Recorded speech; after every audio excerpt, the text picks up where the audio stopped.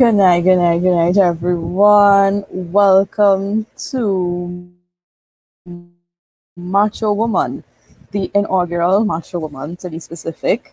So tonight, this is the final week of Pride TT's month-long events that we curated along with the management committee. So just a few housekeeping announcements before we start tonight's event. Pariti's events are deliberately meant to create visibility and public discussion. Tonight's event will be live streamed on our social media platforms such as Facebook and YouTube. So feel free to share and just leave your comments and it will be filtered to us if you have any questions for our panelists. Just feel free to drop it in the live stream comments and we'll try our best to have them answer those questions for you tonight. Right? Along with that, it our sessions are also recorded, so for posterity purposes as well. So even though you miss part of the event or you want to share it with somebody else, just go back to Pride TT's Facebook page and look for the title Macho Woman, and you'll be able to find it there. Also, we encourage you to participate and feel free, right? So if you're participating, you'll be commenting and we'll be seeing and streaming the comments you leave on our Facebook. It will pop up on our screens as well, right? So without further ado, um, openings. Good night, everyone. Welcome to Uniprides by the Women's Caucus. So this is a collaboration between Unipride and the Women's Caucus of Trinidad and Tobago. I am Shahan. I am the chairman of Unipride. Thank you all so much for joining us tonight.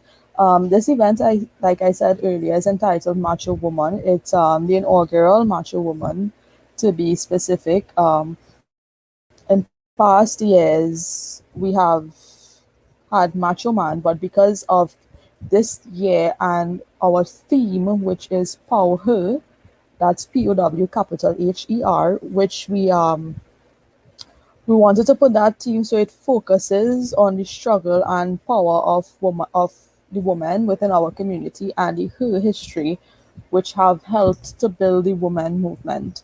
So that's why we did a play on Macho Man that they would usually have in past years, and we did Macho Woman this year. Additionally, each year, Pride TT's the management committee spotlights and we spotlight critical segments of the community and the issues that our LGBTQ families face. Additionally, if you have been tuning in, we have curated about 30 events aligned with the theme and with our allies and partners. And we would just like to take this time to thank all our allies and partners being a part of for being a part of this with us. Also, if you would like any further information on any upcoming events, check Pride TT's Facebook page, check their website, pridett.com. Also, we do have the Pride TT's app available in the Google Play Store. Apple Store, not so much yet. Sorry, Apple users. But we do have it available in Google Play Store. So just go type in the search bar Pride Trinidad and Tobago Pride TT. You'll see the app comes up. The logo is Pride TT's original logo with the bird and Pride in rainbow. So credit to Cater for designing our mobile app.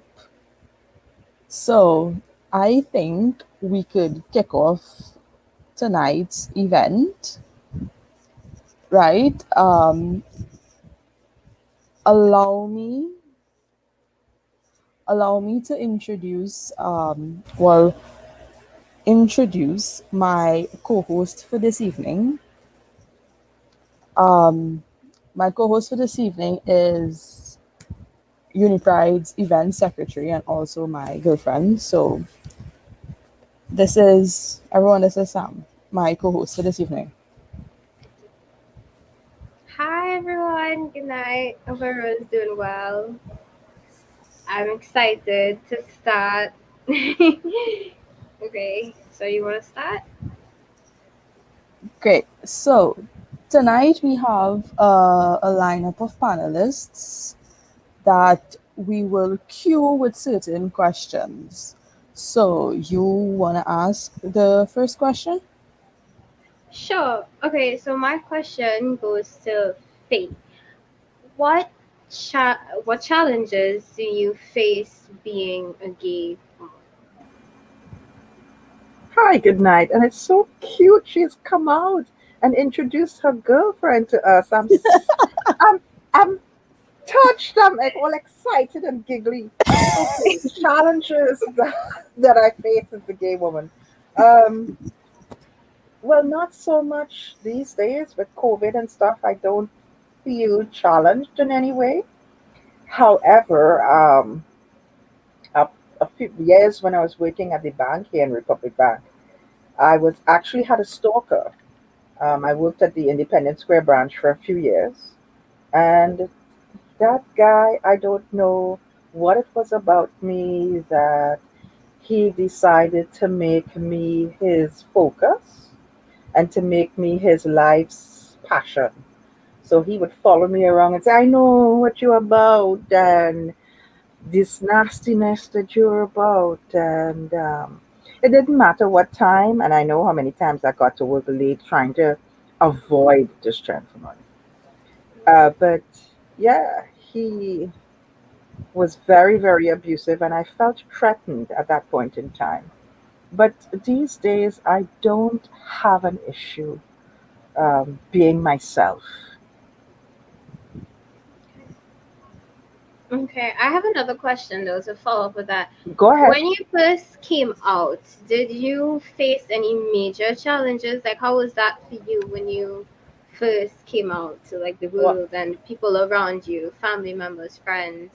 What? It How was was that? very, very horrendous. It was terrible.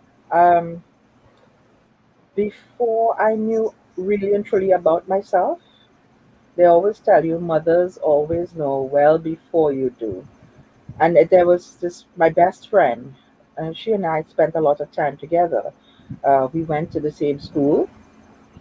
We had finished A levels together, and she had heard about me through a mutual friend that we had.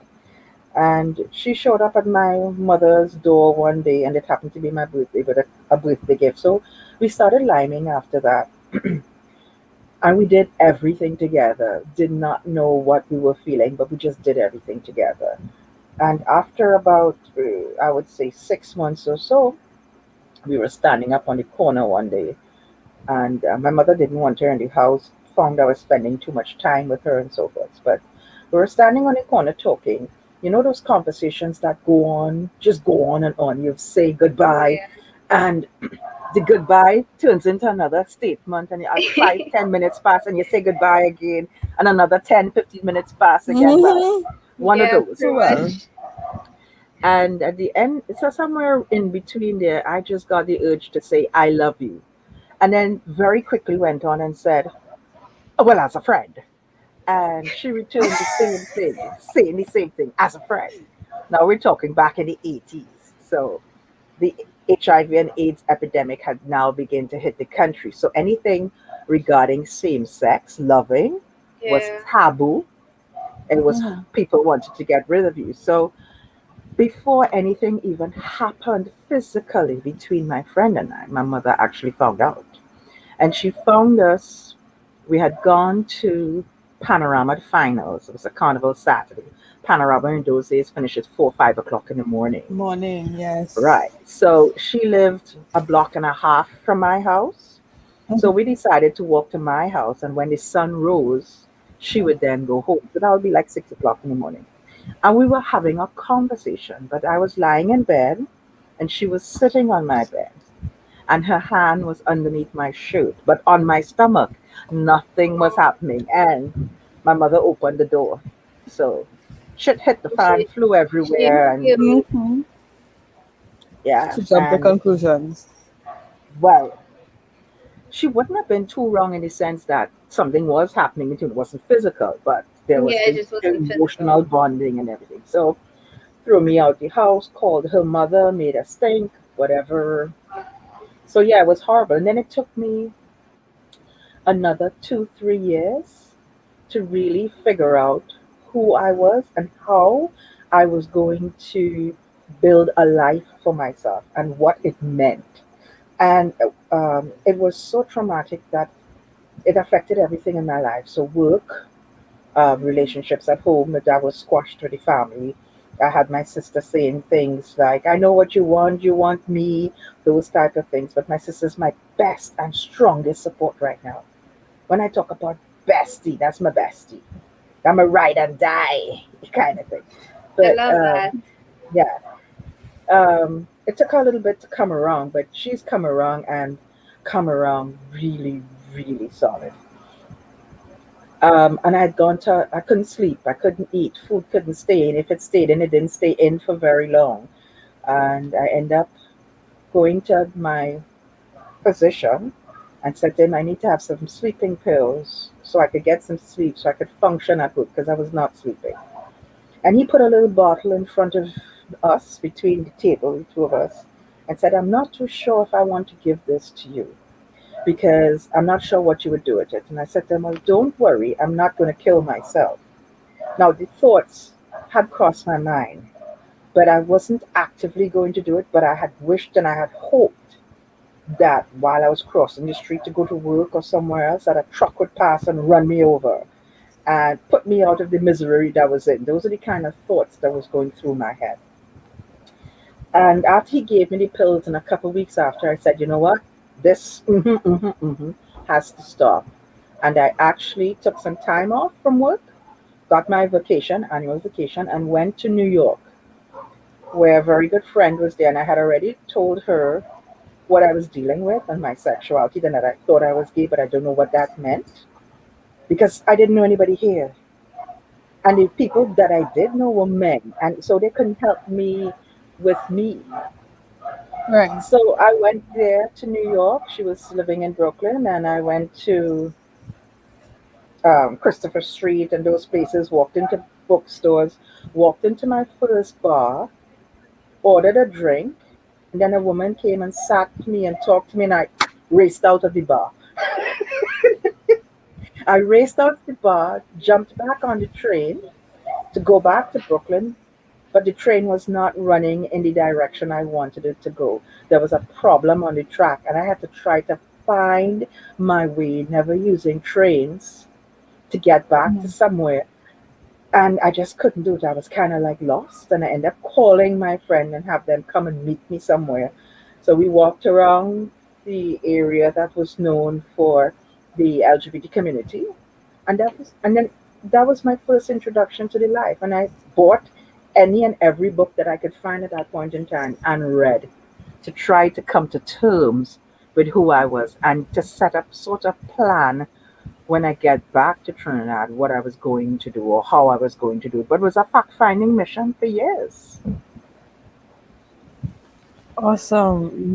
I am I glad admire you you. came back to Trinidad because Faye, you and I, we clicked last year, and you know. Yep, I'm not yep, gonna yep. go into all of that, but I want to bounce off of that question, and to kind of, I mean, we we may have young people looking on at this event, right?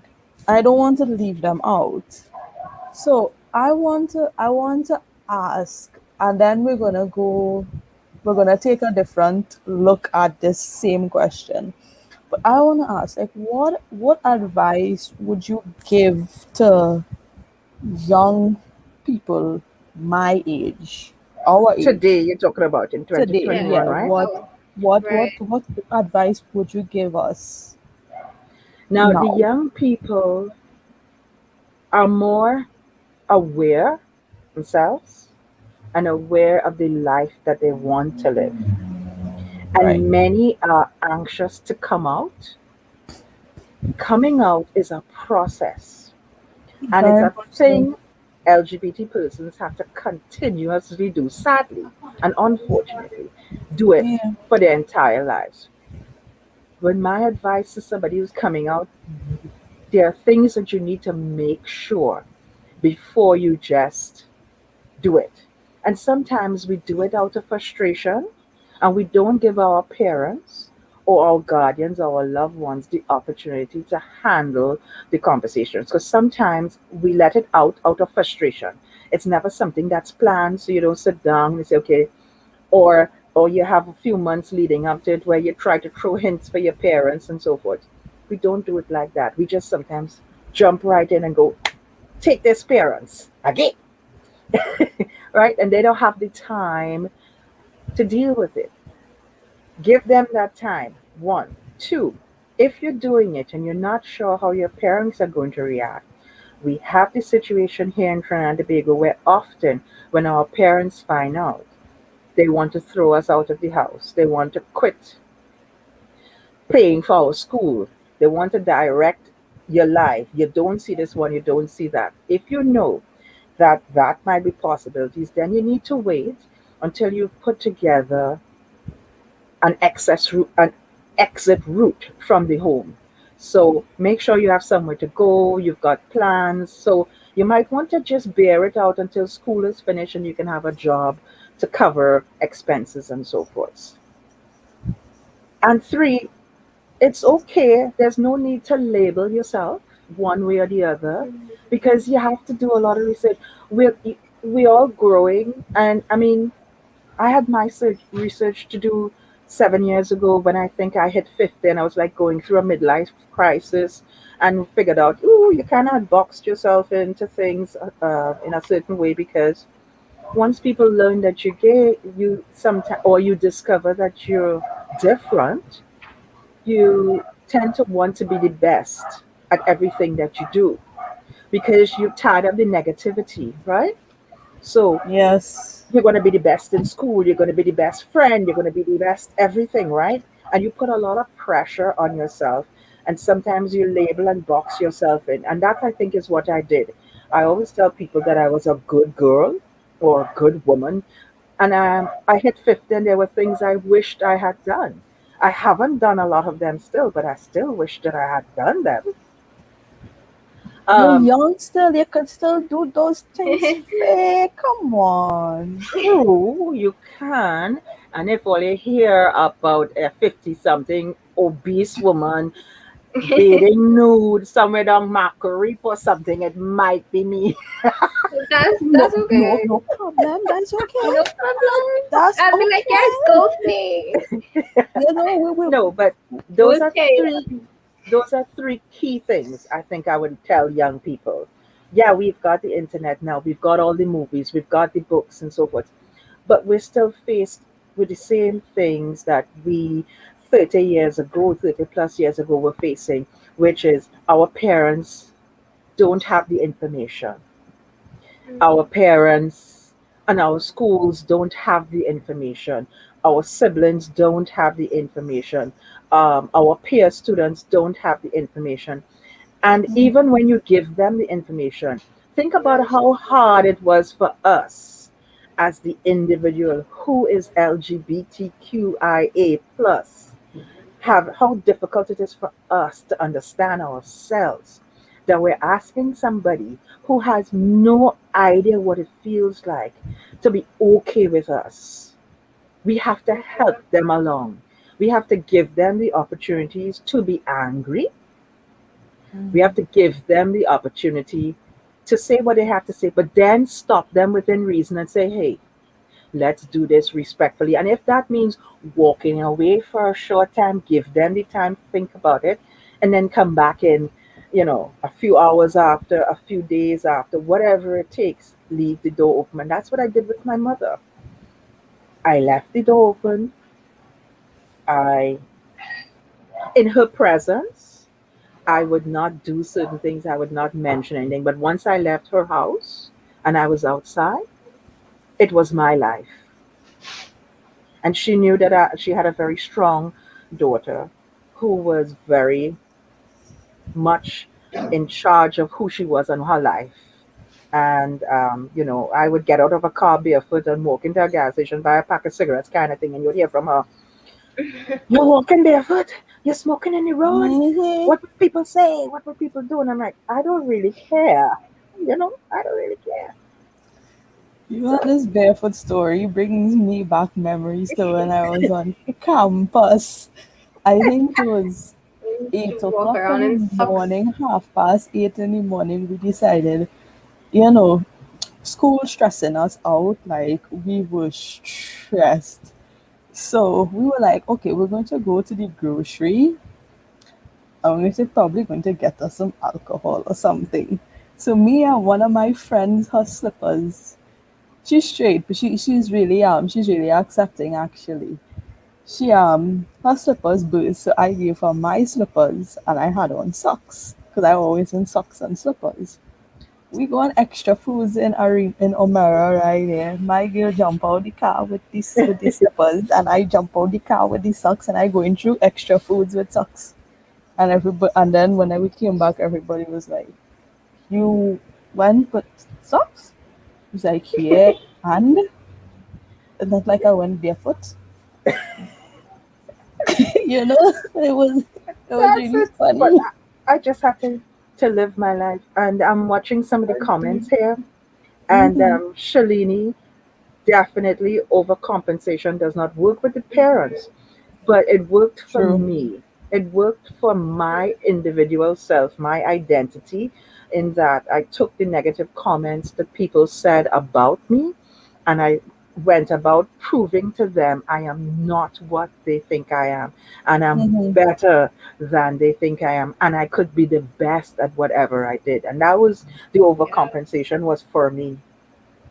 Yes, I also like Jalana. Forgive me if I'm Yeah, pronouncing your name wrong. Yalna, Yalna. Sorry, Yalna. My apologies.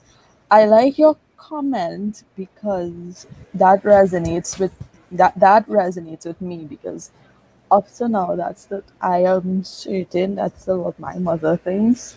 You know what the family is going to say, what friends are going to say, what who is going to say. Oh, When yeah. everybody know my business by now, everybody does. I did a public coming out post last year sometime on my Facebook. I have all the old aunties and all of them on it, so everybody know by now. You know, so I'm like, Yeah.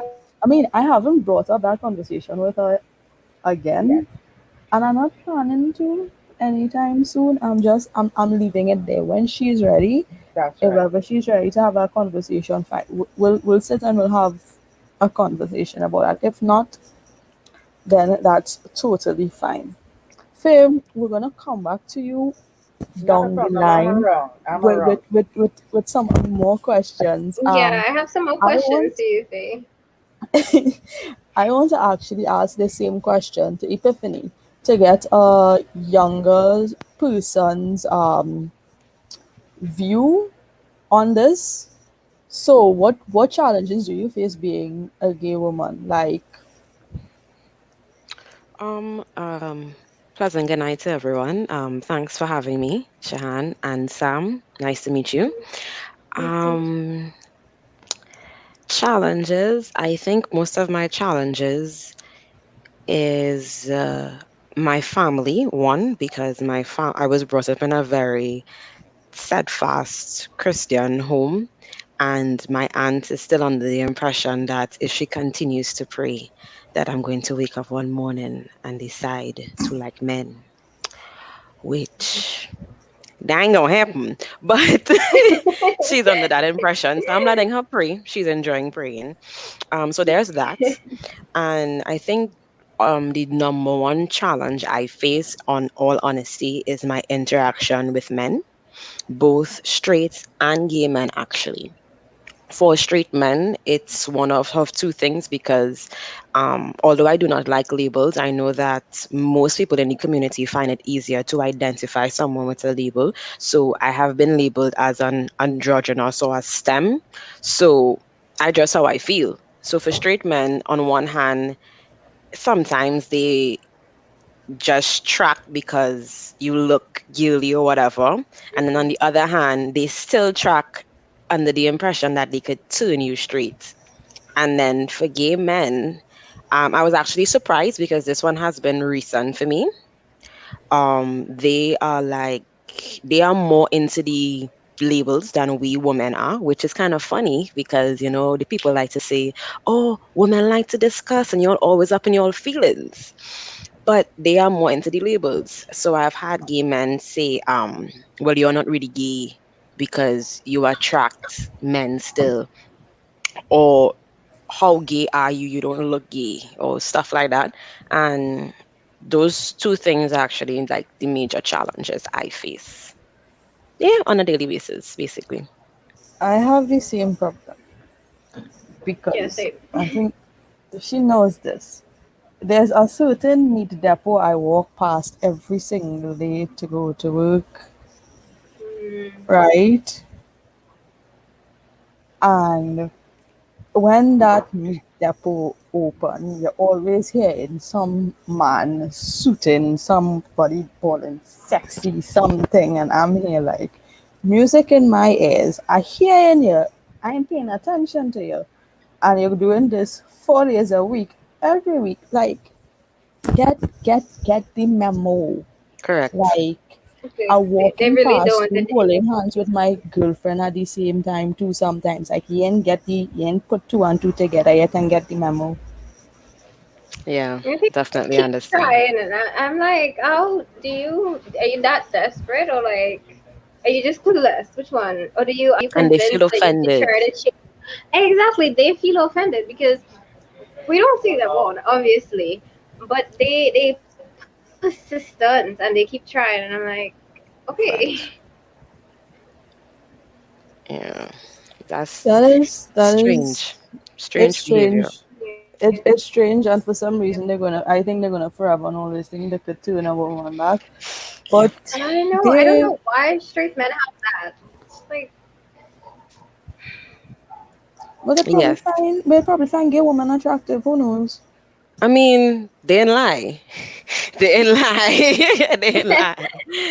Um, One thing though that I have recently encountered, as recent as this morning, is that a lot of older women, they have reverted to this old school stain where they call you a he she. Because this morning I went to carry my grandmother to get her second Shim. dose of a vaccine. And I was sitting there minding my business as my business minds me. And this woman, I'm calling her sister Lucy and her friend Miss Betsy, sat there and discussed the fact that I was wearing men's pants with a female top.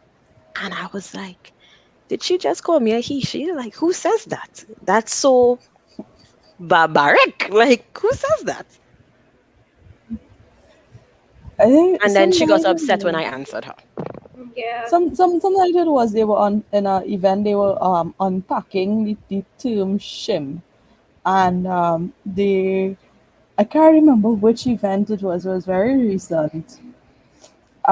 it was They another used woman's the focus word, event. I can't remember.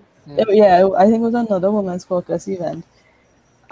They were unpacking the word shim, and they didn't think that the younger people who was viewing Knew what it meant. knew. So I had to come and say, Oh, you I was kind of so know what confused. shim is because it's he she kind of like, you Okay, know. Yeah. so to be honest, I didn't know what that term was because when that term was mentioned, I looked at her and I was I was like, never heard that before. I was very confused and I was like, wait, people actually go around telling people these things. I was really Me Yes, amazed by too. that. That's The audacity. yes, they and actually have the I audacity to I tell want to people touch on this. something that you said just now when you said you answered back Mm-hmm. the person. When you Yes. answer them back, it's like they're more angry and they're more upset than you Correct. when you. I don't understand that because they insulting you, but when you answer back, they're more upset. Yeah. I don't know. It's Why? like they insist on winning the fight, and when they realize they're not winning, they revolt to cursing and being excessively disrespectful. But at the end of the day, Mm, you were wrong. You don't know me. For yeah. I could be Rowley's daughter. You don't know, and you're just sitting down there disrespecting me. What's wrong with you? These I honestly think these people tend to they tend to to get something out of sitting down and speaking people's business. Yes. You know, they tend, Yeah. if that makes your day and you said you care to sit down and talk about who business and this business, then by all means you go right ahead. But when people start to talk your business, don't get upset. You know, And I can't handle that. No. I also saw a question just now. Really, I don't know if you could pull it back up for me. It was, I can't remember who it was. It was a question on the person identifies as a bisexual. Mm. I saw that That question was and I wanted just to that comment on was that just on question as screen. well. Could you just pull it back up because I think while we're on this question, yes, no, yeah, Hmm. yes, it was this question, right? So viewers are saying, but I'm just gonna read it. As a bisexual, I've been told that I'm not because I have boyfriends. Meanwhile, I just have I've time just had a getting hard time getting y'all, and I'm going to say this, right? People, y'all need to stop, and by y'all I mean people who are being very judgmental, right? Doesn't mean somebody identify as a bisexual. Doesn't mean they're not because they have a boyfriend. They could have a boyfriend. They could have a I would have girlfriend. loved to They touch on this, yes. they could be leaning more to one side and more to the next side. You don't know, right? Because Very much. some people could have a boyfriend but have an infatuation or some kind of thing with females or something, but Yeah, they don't want to go down that road with a female. for It could be fear. the Yeah. it could be the other direction too, or it could just be somebody who, you know, like leaning bisexual but leaning on the female side of the spectrum, in other words, but still identify as a bisexual. That don't give you Yes. a right to judge people because you don't know how they themselves unpack the term, Yes. and Right. this is where labels come in again. I Um, love I love this comment. yes, I was just I'm a about to big address that vigilante for actually. male clothing. I get hollered at and approached by men as long as you are female. They figure fair game and you just need a good man and he'll change. I agree with that comment because I am the same way. I dress in the most masculine of clothing, even to go to work. So I understand what you're saying. But we do have more questions to go on, and I don't want to stick to this one question all night because we could talk and talk to the entire panel about this whole one question. But I think we could unpack this question for a little bit more and then move on. So, if Epiphany, we're gonna come back to you later down the road. Next up, I think you wanted to ask Amanda something along this line. So, Yeah. Amanda, Kind of.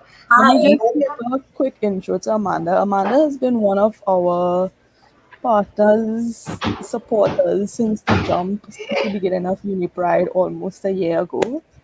Amanda is also the founder, and she's also the a very much advocate for She Right Collective. So let's you wanna ask the question you wanna ask Amanda. Well, when I've known you previously, I know you were very good with younger people.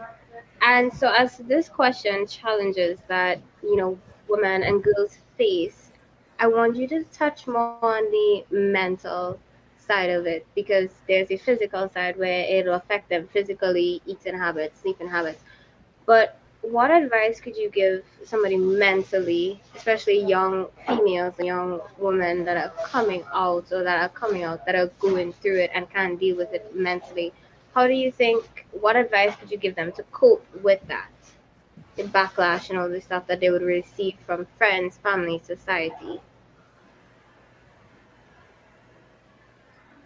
Sam, thank you, Shahan. It is true. I've known Sam for many years now. Um, For almost 20 years, since I was 19 years old, I worked as a teacher at different institutions across the country, mainly private schools, and this included primary, secondary, as well as tertiary levels of education. What I thought was most interesting in these last 2 years of working with Pride TT was seeing so many of my former students come forward and be very public in terms of queer sexuality. And oftentimes, one of the things I hear from them is how important it was to recognize a teacher who was openly queer and who was visible in the media as someone who was queer. And even though they had not come out at that time, seeing that as a point of safety or locating a safe space even before entering it, I find that for people in general, but more so for young people, it's very important to identify persons who are worthy of trust, who can hold truths, who can engage in a healthy fashion the discussion. And sometimes that conversation may not necessarily entail language, but may entail just signals, but who may indeed engage that in a healthy way that, and by healthy way, I mean that is a way that is not at all threatening to the young person. I think that is one thing that was very critical in the 20 years of operating as a teacher with my students. It was always the point of safety that people came back to in our conversations. Um, Personally, I have had difficulty in the queer community as well as wider society on the on the point of being a femme presented woman. Um, and I think this is largely because femme queer women are fetishized in pornography, fetishized in queer community, given names that are not necessarily uplifting but rather derogatory. I see how much this continues to be a challenge. I see young people struggling with being classified and put into boxes. So listening to Epiphany speak just now, I noted that as well. Um, I do think, however, that this is a good time to be alive, 2021.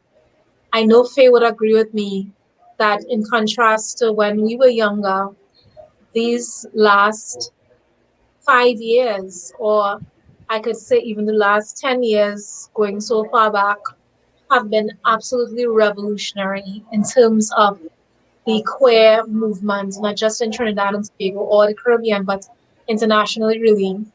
And and so, despite all of the challenges, I see young queer people pushing through social concerns, pushing through mental health concerns.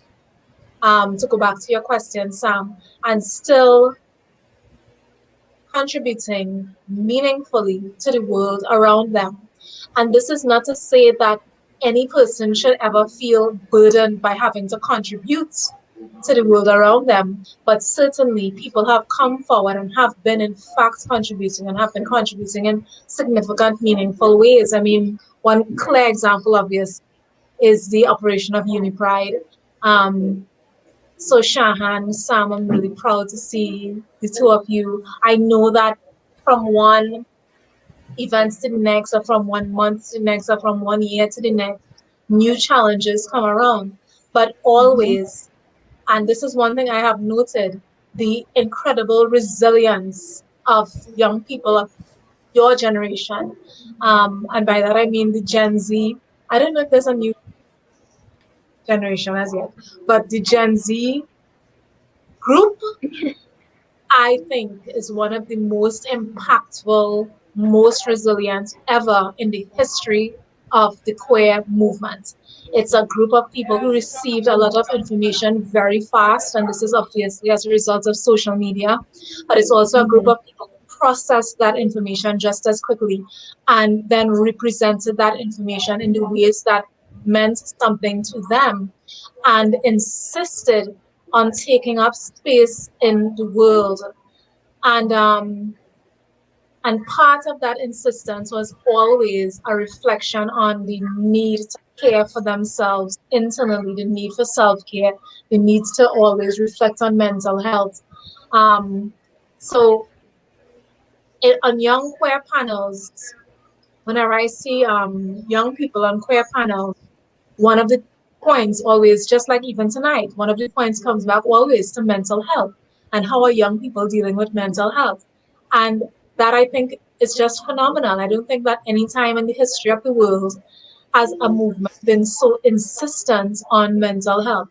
And I'm glad to see that because, of course, we know that one of the most tragic things about queer communities everywhere is just the high incidence of suicide and so much of our efforts in terms of campaigning have gone towards the prevention of queer death, specifically the prevention of young queer death.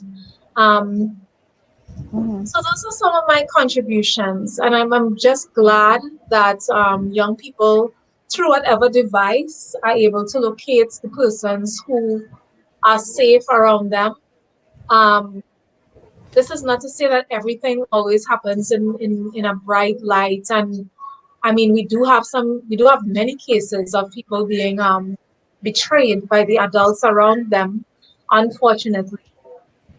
But what I hope would happen with platforms such as Pride, Trinidad and Tobago, because of the immense visibility of this network, I hope that young people viewing or young people witnessing even in a retroactive way, like even after the broadcast is done, that they do understand that there is much more to their existence than to just live and then die, but that in fact they can find community in which they are treasured, loved, and honored for their whole selves.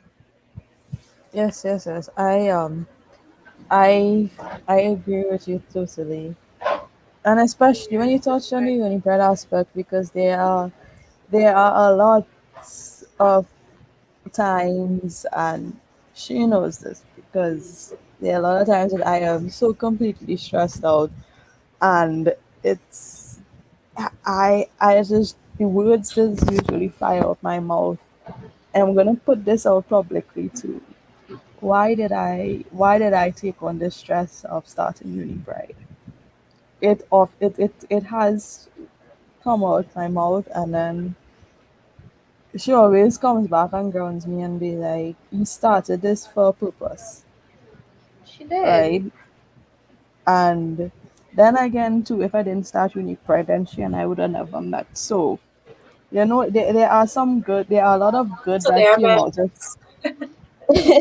There are a lot of good that came out of uni pride and continues to come out of uni pride, because we are approaching our 1 year next week. To be honest, Monday, Yeah. it's going to be our 1 year of being uni pride. So it's just something that, it takes someone and an idea to run with the idea, and then for that idea to flourish, for it to become something. Because I think uni pride needed to happen, because there's a lot of amazing things that we have done, and a lot of behind the scenes things that we have done that, don't always make it to the public eye. But the folks who help, who work with us behind the scenes, like you, Amanda, you, Faye, Sharon, Rudy, all of those people, you know you all are the ones that see the hard work that all of us put in behind the scenes to to do different things, to host different events. So it's It's really amazing to hear someone say what you just said, you know? I understand what you mean, Shahan, but you have to keep in mind that just like with every stage of life, you have to learn. You have to take on Hmm.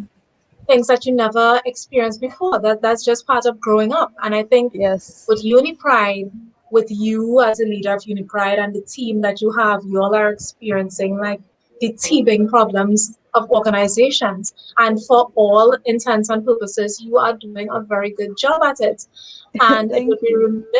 it would be remiss of us older advocates with more experience, many more years of experience, to not support you in that endeavor because always, I think anyone who is really interested in progress has to compare the question of who is on the front line and who is the work for. And if your Hmm. front line doesn't include significantly a percentage of the people who the work is for, then what are you really doing? True. Outside of that, it's really vanity. And Hmm. um, and I think everybody tonight would agree with me when I say that with the advent of UniPride, there is a great ease in the community because even though we see, I can tell you honestly, I see so much room for improvements in what you do, but I honestly also see that from one event to the next, there is improvement. I mean, the UniPride now and the team now is certainly not the team that we met last year.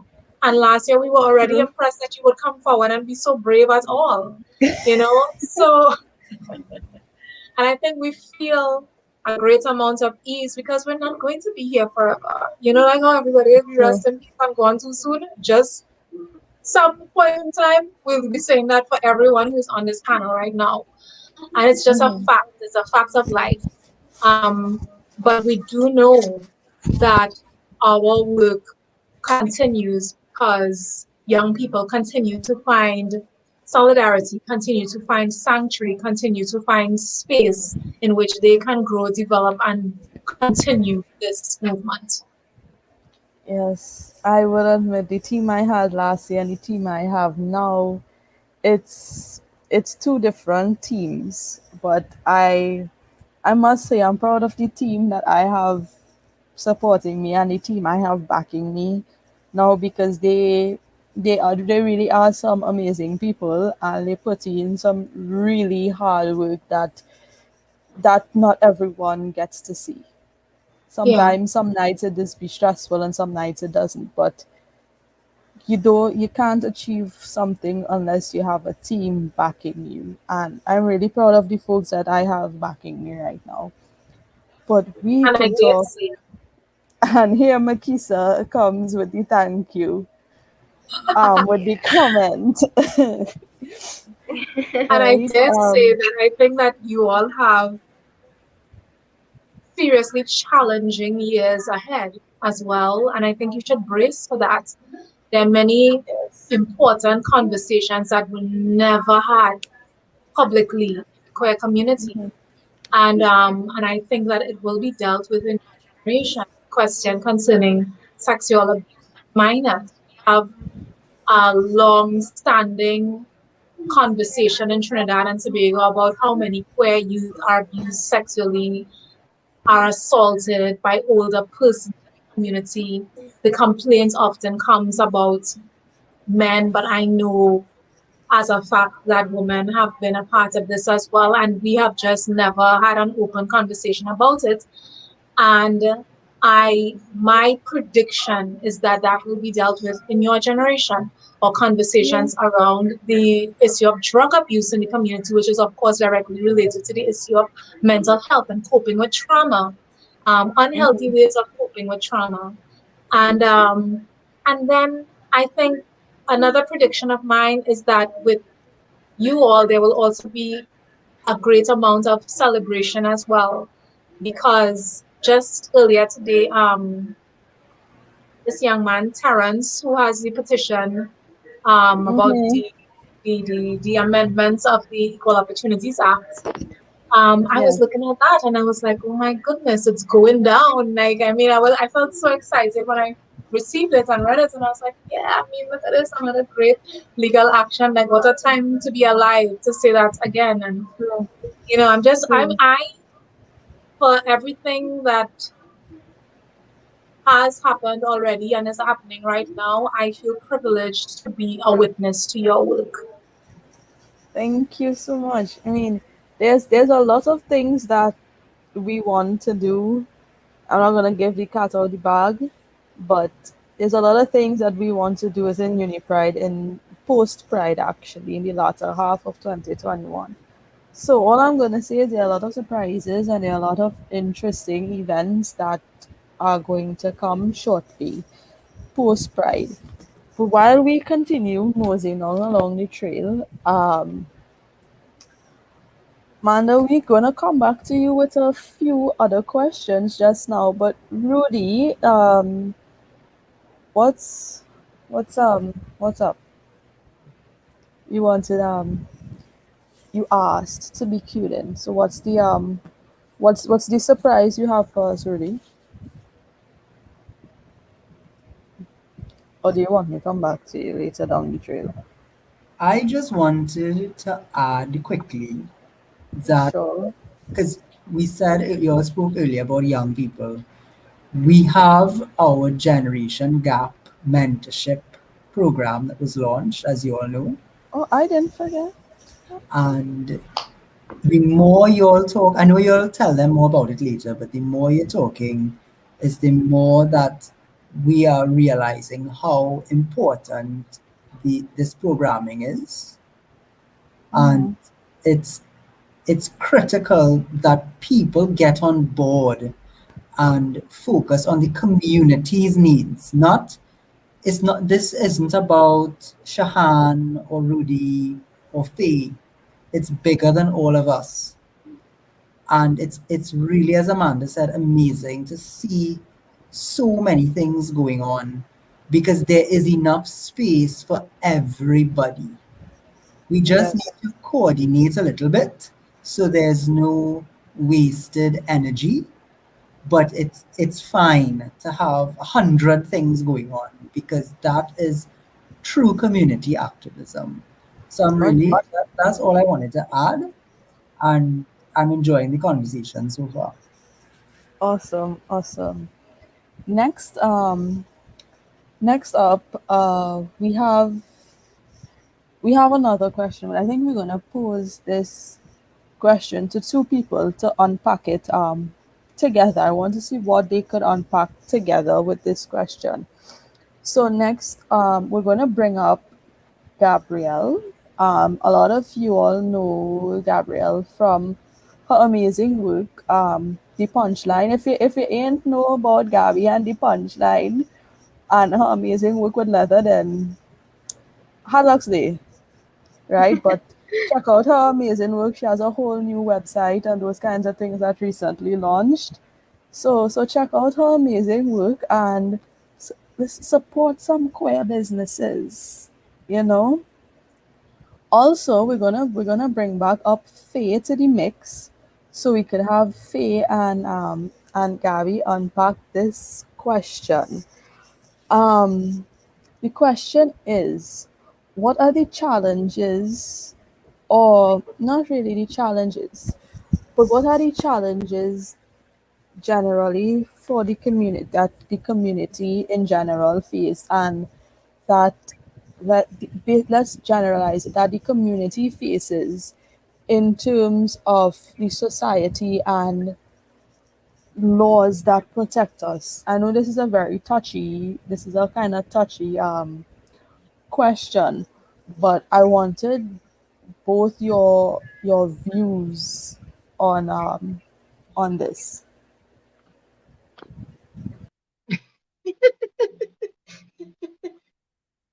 Can you, see? Are you hearing me?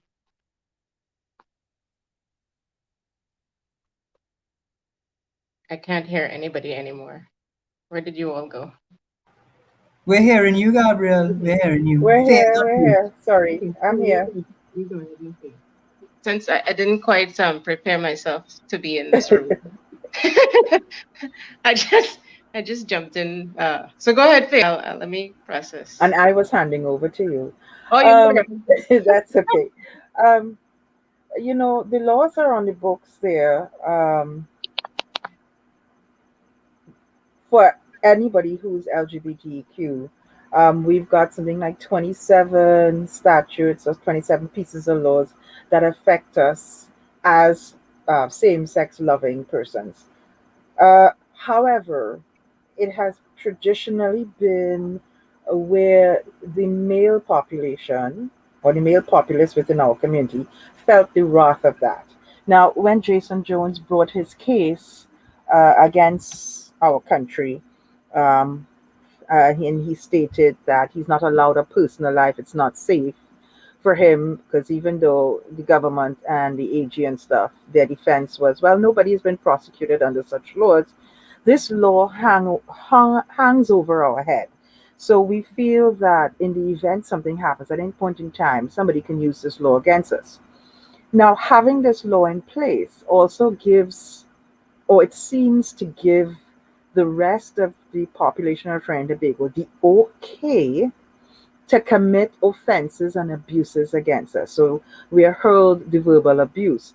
Um, we are threatened with being thrown out of our homes. Landlords put people's stuff outside and say, you're no longer wanted here when you are, um, since there are no, since our Equal Opportunities Act actually discriminates by saying sexual orientation is not ground protected in in our act, and we're trying and have been trying since the law was even offered, and they asked people to comment in a white paper to add sexual orientation. It still isn't there as yet. Um, that and HIV and AIDS was also one of those things, and age that's not in our, people still do what they do. So when Jason Jones' case was brought and we were celebrating out front in Woodford Square, Muslims spat on certain people of the community, death threats were hurled. You saw the front page of the papers the next day, how many people lost their housing. Family threw them out when the pictures came up on the news because, oh, the news, this is news. So they were featuring everybody and pictures were taken. Um, and today it's still happening. Where when Anthony Singh was killed, Maria, right, aka Maria, and even before that, we have Sasha Fierce and others. People believe that we are worthless because these laws are there, saying all sorts of things. And then you have the church and our favorite person, Archbishop Gordon, having three articles in the Catholic News last weekend or weekend before, and using his pulpit, which to preach anti homosexual things. I'll just leave it like that. For those who might have heard his gospel and so forth, and knew what he was saying, right?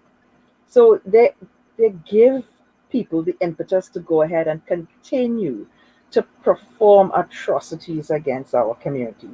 The impact of all these things is to bring people down.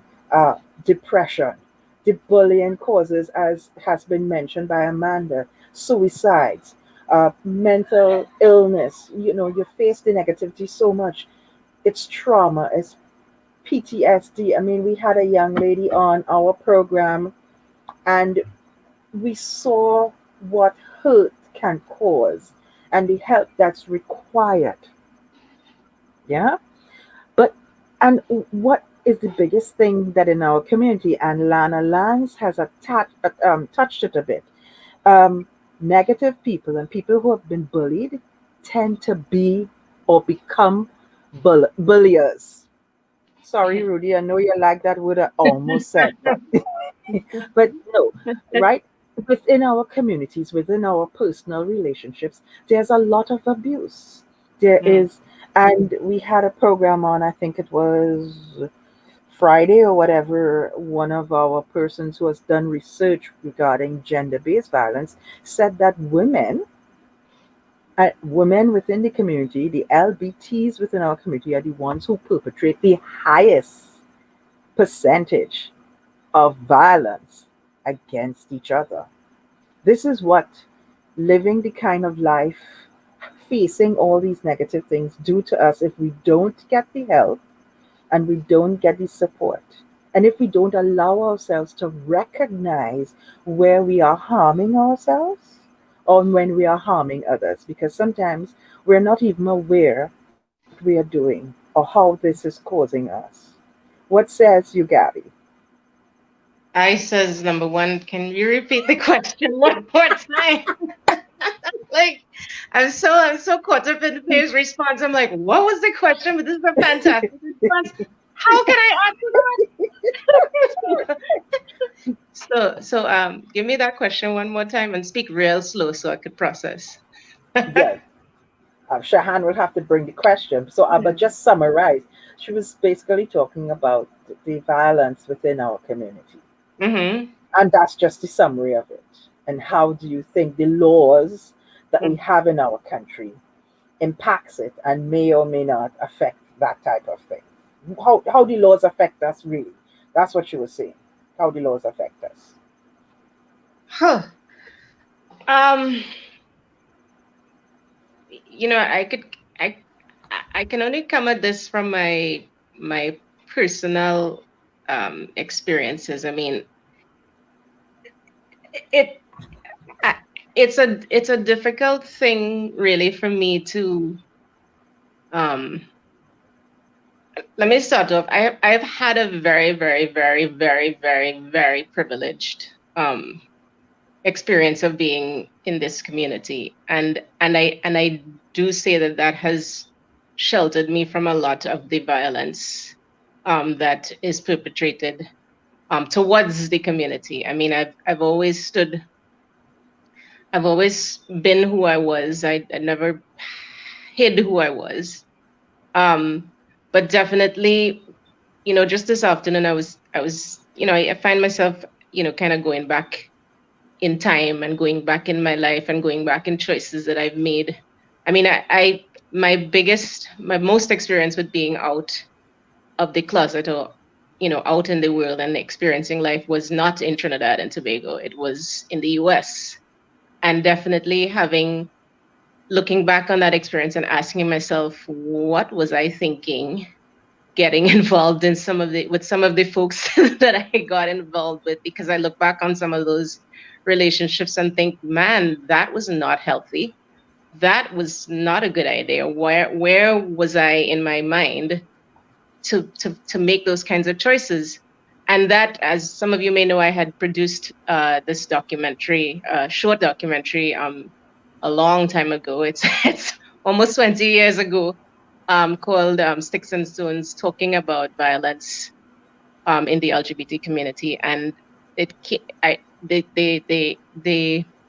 started that documentary, researching that documentary and trying to understand um, how there is so much violence within our community, and thinking that we supposed to be better than that. We supposed to be bigger than that. So how is it that we are so violent to each other? And realizing, as you say, Faye, people who have been hurt will definitely become hurters themselves. And I think, again, in just um, talking about that experience being outside of Trinidad and Tobago, and I think it's the same all over. Is that, yeah, the laws did not protect. There were no laws in place to protect same-sex relationships, because same-sex, not even considered relationships. We're not allowed to get married. We're not allowed to do a lot of the normal things as legitimate relationships. So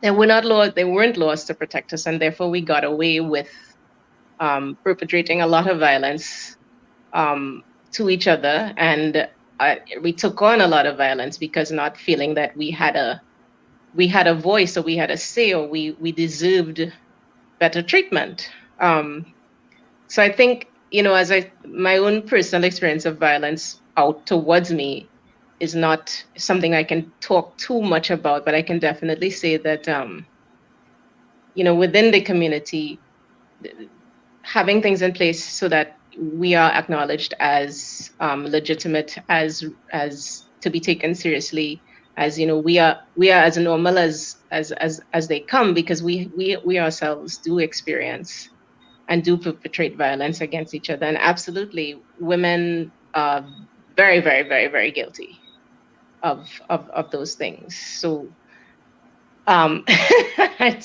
think that's my comment so far. Again, I hope that that kind of touches on Yeah, what so you were. I just want to add one thing here, and to all who are on the program, who are viewing the program, and who will view this program after we put it up and so forth, we are not going to get the changes that we Mm, want if we do not all get together. mm, We also need to show our government that we, the LGBTQIA plus community, is a force to be reckoned with. mm, We may not exactly think the way to go about it may be the same, but what we seek to have is basically the same. yeah. Yeah? Yes. So let our voices be heard, let us be seen, let us be counted. When we have surveys going around what you wanted, do the survey. Because guess what? Numbers call. So when we go to a minister, or we go to the Equal Opportunities Commission, or we're talking to the Commissioner of Police that we want to have a parade, or we want to have something, we'll say thousands of people want this. Not 20, not 30, not 200. There's a lot of us out there. You may not want to come out, and I'm not asking you to come out, but there are many other ways that you can get your voice heard and get to be counted, and get to have your say. So support the organizations that are doing the work. And you can do that with a little bit of money. You can do that with, there are a few petitions going around right now asking them to ask the Attorney General to add the things to the Equal Opportunities Act and so forth. Sign on to it, right? There's 600 and something, and I think they need 10,000 or something like that, or whatever the case may be. Sign on to it. This is how we make things happen. Mm. I, all right, I'm preaching enough. Yes, Shahan? Did I answer your question, or is there any a follow up to something I can clear up?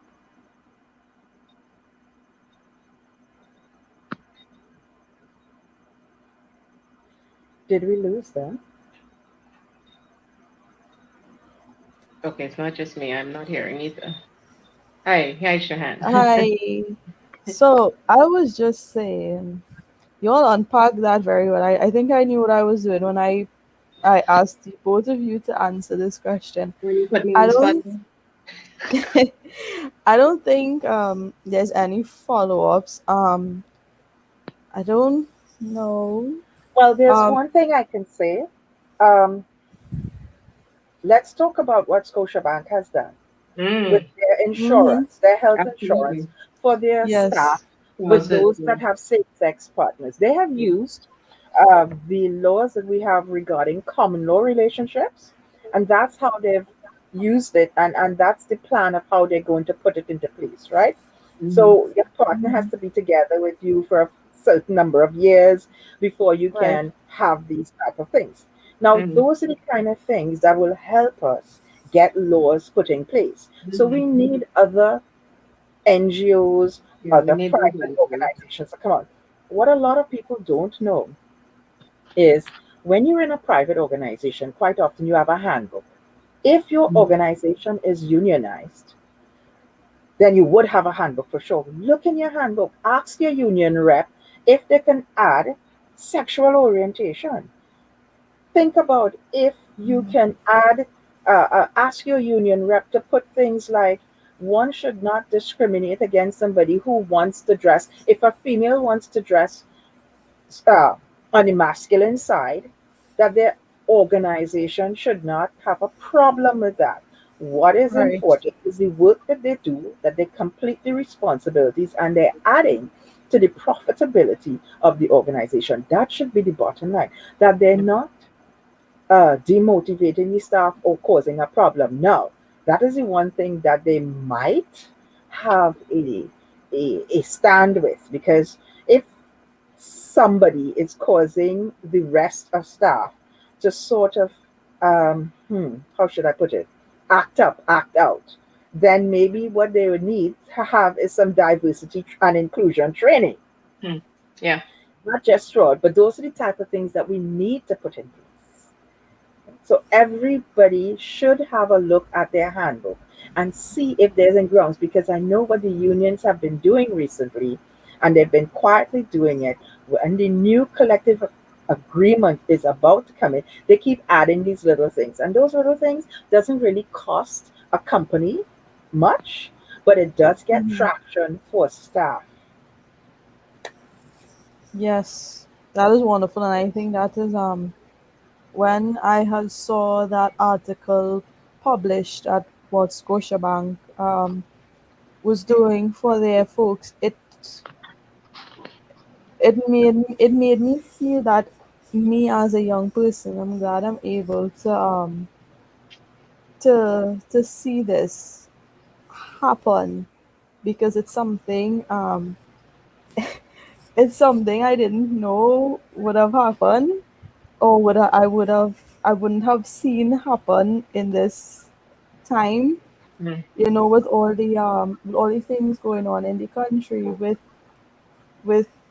the laws, with the crime, with everything. I didn't think I would have seen this happen. So that's amazing, and I am gonna talk a little bit more about Gap Buddies. Fee, don't worry. I haven't I haven't forgotten that because I actually signed up for Gap Buddies. Oh, I saw it. Right? Yes, you're trying to convince me to do that also. Yes, Ah, I'm trying to get her to do that as well. Sign up for Gap Buddies because it's a good thing. Also, I'm gonna read this comment before we jump to the next question. I think we I missed think a comment in between, but I think it's Yes, no, no, valid. I'm coming. I told Rudy to pin that specific comment Okay, okay, that okay, that went down into a question because I okay. want to All right. touch on No that. problem. Sorry, my bad. No problem, no problem. I'm just gonna read this one real quick. I think violence begets violence, as Faye said. Too many islands do not have support systems, counseling, psychological sessions, and that should be the norm. I agree Yeah. because it's I think it's hard within this being a part of this community, especially if you need like psychological help, probably going to see a therapist or something, and they're not LGBTQ friendly, Friendly. and it's kind of hard to find those LGBTQ friendly if you don't have, like, you don't know about folks Yes. who would have that link, you know. But I just want to put this out there. I think Silver Lining's supposed to have some LGBTQ friendly therapists. I don't know if you have to pay for the sessions or anything, but if people are looking for a LGBTQ friendly therapist, I don't know the cost of her sessions, but y'all could reach out to UniPride via our social medias. I do know one, and she's very much of an ally as well. So I can give you her business number and put you on to her, and that should be able to help along those lines as well. I just wanted to put Also, that out there. yeah, also, Kaiso, and Mm-hmm. Alliance for Justice and Diversity, or Diversity and Justice, wherever it goes. They have a program called Wholeness and Justice. Right. And through there, you can access their services. It is basically free if they take your case on, because it depends, right? Right. Limited resources and stuff. But there are services available, and you can just reach out. It's about finding out who has. So if you reach out on Pride TT's Facebook page or their websites, send us a message. We can put you in touch or provide a number for you to get someone. Um, and I just want to say one thing, Yalna, it's great to hear from you with everything that's happening with you, honey. I hope, and your family, I hope things turn out wonderful. It's so good to see you on. I just had to say that. Awesome. I also very very active, they are. But we have a few more questions to unpack as well as that question that was posed. So we will talk to you ladies shortly once more, but darling, would you like to go to the other question? Sure, I have a question, and it's for Epiphany. So you want to bring her back on the screen? Yeah, go ahead. Hi. So Hi. I've been told that you are somewhat of an athlete. Is that correct? That is true, yes. So I would like to know what type of discrimination you face doing sports, because I know there's a lot of conspiracy theories out there that females shouldn't play certain masculine sports because it's Correct. supposed to be for men. Like I've been told females shouldn't play football, females shouldn't play cricket. That's a male sport. We should stick to tennis and volleyball. What discrimination and challenges do you face as an athlete playing more masculine sports, and how do you deal with that? And what advice you could give to anybody else out there, females that is, to keep pushing to do and handle those sports? Um, Thank you for the question. So I have been playing sports for uh, 12 years now, and I have experienced a lot of discrimination because my and for that 12 years, I've played a few sports well, but one consistent sport actually was football, and I am actually a goalkeeper, which football is already a very genderized sport. And the position of a goalkeeper, you would not a goalkeeper is the equivalent to a woman wanting to box. You would rarely get someone who would willingly, a woman, put her face and her chestal area in jeopardy. But I never had a problem with it. And I have faced a lot of discriminations, especially on a what's the word? What's the word? On a lower scale, not so much on the professional slash international level. Locally, I have been discriminated against because, as you say, there is a preconceived notion that women can't play football, and I blame that on social media. I blame that on culture. I Correct. blame that on women Society. in society and women, especially straight women, because football for women in Trinidad and Tobago, and by extension the rest of the world, is not something that is very publicized.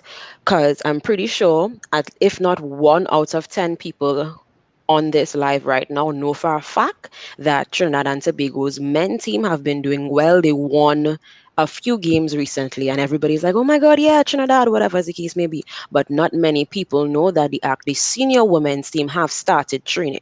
Since that has started, I've literally only seen one post where that is concerned. Yet every day or every 2 days, I get a YouTube notification about our men, and that perpetuates the nonsense. I have I agree. been questioned to being transed because um, because of my shape, and because of old injuries, both sports related and personally. My father has made sure that anytime I play sports, I have a lot of excessive padding, so I don't look female. when I play, especially if I play with a mixed team, or actually in general. In general. So yes, defenders and goalkeepers are best friends. So it's I've been asked if I've been addressed as if I was a boy. It's never a problem if someone refers to me as a boy, but I know a lot of girls will feel a particular way about it. I had the opportunity to be a part of the national team at one point, and there was a time where the ratio of LGBTQIA plus girls to straight girls were less. And when the conversation arose and the coaches and by extension the parents found out, it was a big thing. And it went as far as where there was one time we had training and lights went. And for those of you who've been to any of our stadiums, the tunnels below, it's a tunnel. So it's dark in there. And people were literally ranting and raving, oh, I'm not changing in here with all your oil. It might touch people. And I'm like, yeah, we like girls, but I don't like you know? So there's a Yeah. lot of hate, and there's an assumption that most females who play football, cricket, um, as well as I know recently a lot of talk has been around women who do like drag racing, motorbikes, drag on boat, those kind of things that make your muscles stand out, that they must be gay or something along those sorts. And Right. honestly, it's actually not true. Some of the best players that I have met are very straight. They are so straight. They make pins look bend. And I personally find it shouldn't be an issue because at the end of the day, my job when I step foot onto that field, for me, is to ensure that the opposition's ball does not go into our net. That is my Right. job. So what I do off the field is not important, and it should not be a determining It should factor. not. And to address the second portion of your question with regards to how do you deal with it, honestly, young women, young athletes, young gay female athletes learn to curse. I Oh know my god. I know plenty of people will be like, why is she saying? I'm telling you, honestly, you need eventually, even of to begin, you would be more okay. I'm now getting to know everyone. I'll behave. I'll let it slide or whatever as the case may be. But I have recently begun to notice that because, as Faye and Gabby said previously, and as all of you have been saying, because of society, culture, the law of the land, and all of these different things, if you don't teach people how to treat you, they are going to take advantage of your silence. So all you need to do is to trip one time, one good time, so much so that you scare yourself, and it would honestly stop. One, two, I advise that you do not feel bad for being a member of the LGBT on a sporting team because going into it, you would already know there would be an assumption that you must be gay or whatever because you're playing this sports, whatever as the case may be. So be aware of it. Acknowledge, be true to who you are. Don't let other people's ideas of how you're supposed to look affect you. And when they do, because you are human and sometimes you would not be able to stomach it, or even after you trip off at one point or the other, they still insist or whatever as the case may be, you need to you need to be careful. You need to be very careful because especially where football is concerned, it's usually played on open fields. We don't have much closed door fields or stadiums or stuff like that. And it is a proven fact that fellas come to watch football because they want to see the girls. They don't genuinely, not all of them care about your skill. They don't. They want to see you run around in shorts and whatever as the case may be. And when they realize, well, yes, you are wearing the same uniform as your more feminine um teammates, there's not much that they can see because obviously that's just not how you dress. And you can become a target. It has happened to me. And I would definitely say you'll need to be careful of that. You'll really need to be careful of that because, especially where changing is concerned, especially because Yes. people are strange. So be careful, be yourself, and it is always good to make a friend. Because 9 out of 10 times, it's going to be more than one of you on the team with a member of the community.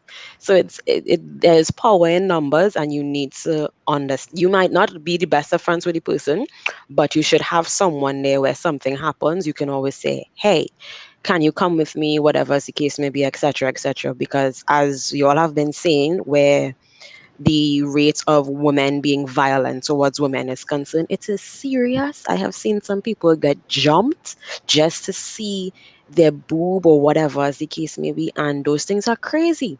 It's crazy. There are women who will go out there and cut you just to see what's going on, and it's not a funny thing. You need to be mindful. It is hard because you already are in a saturated space where it's mainly male dominated.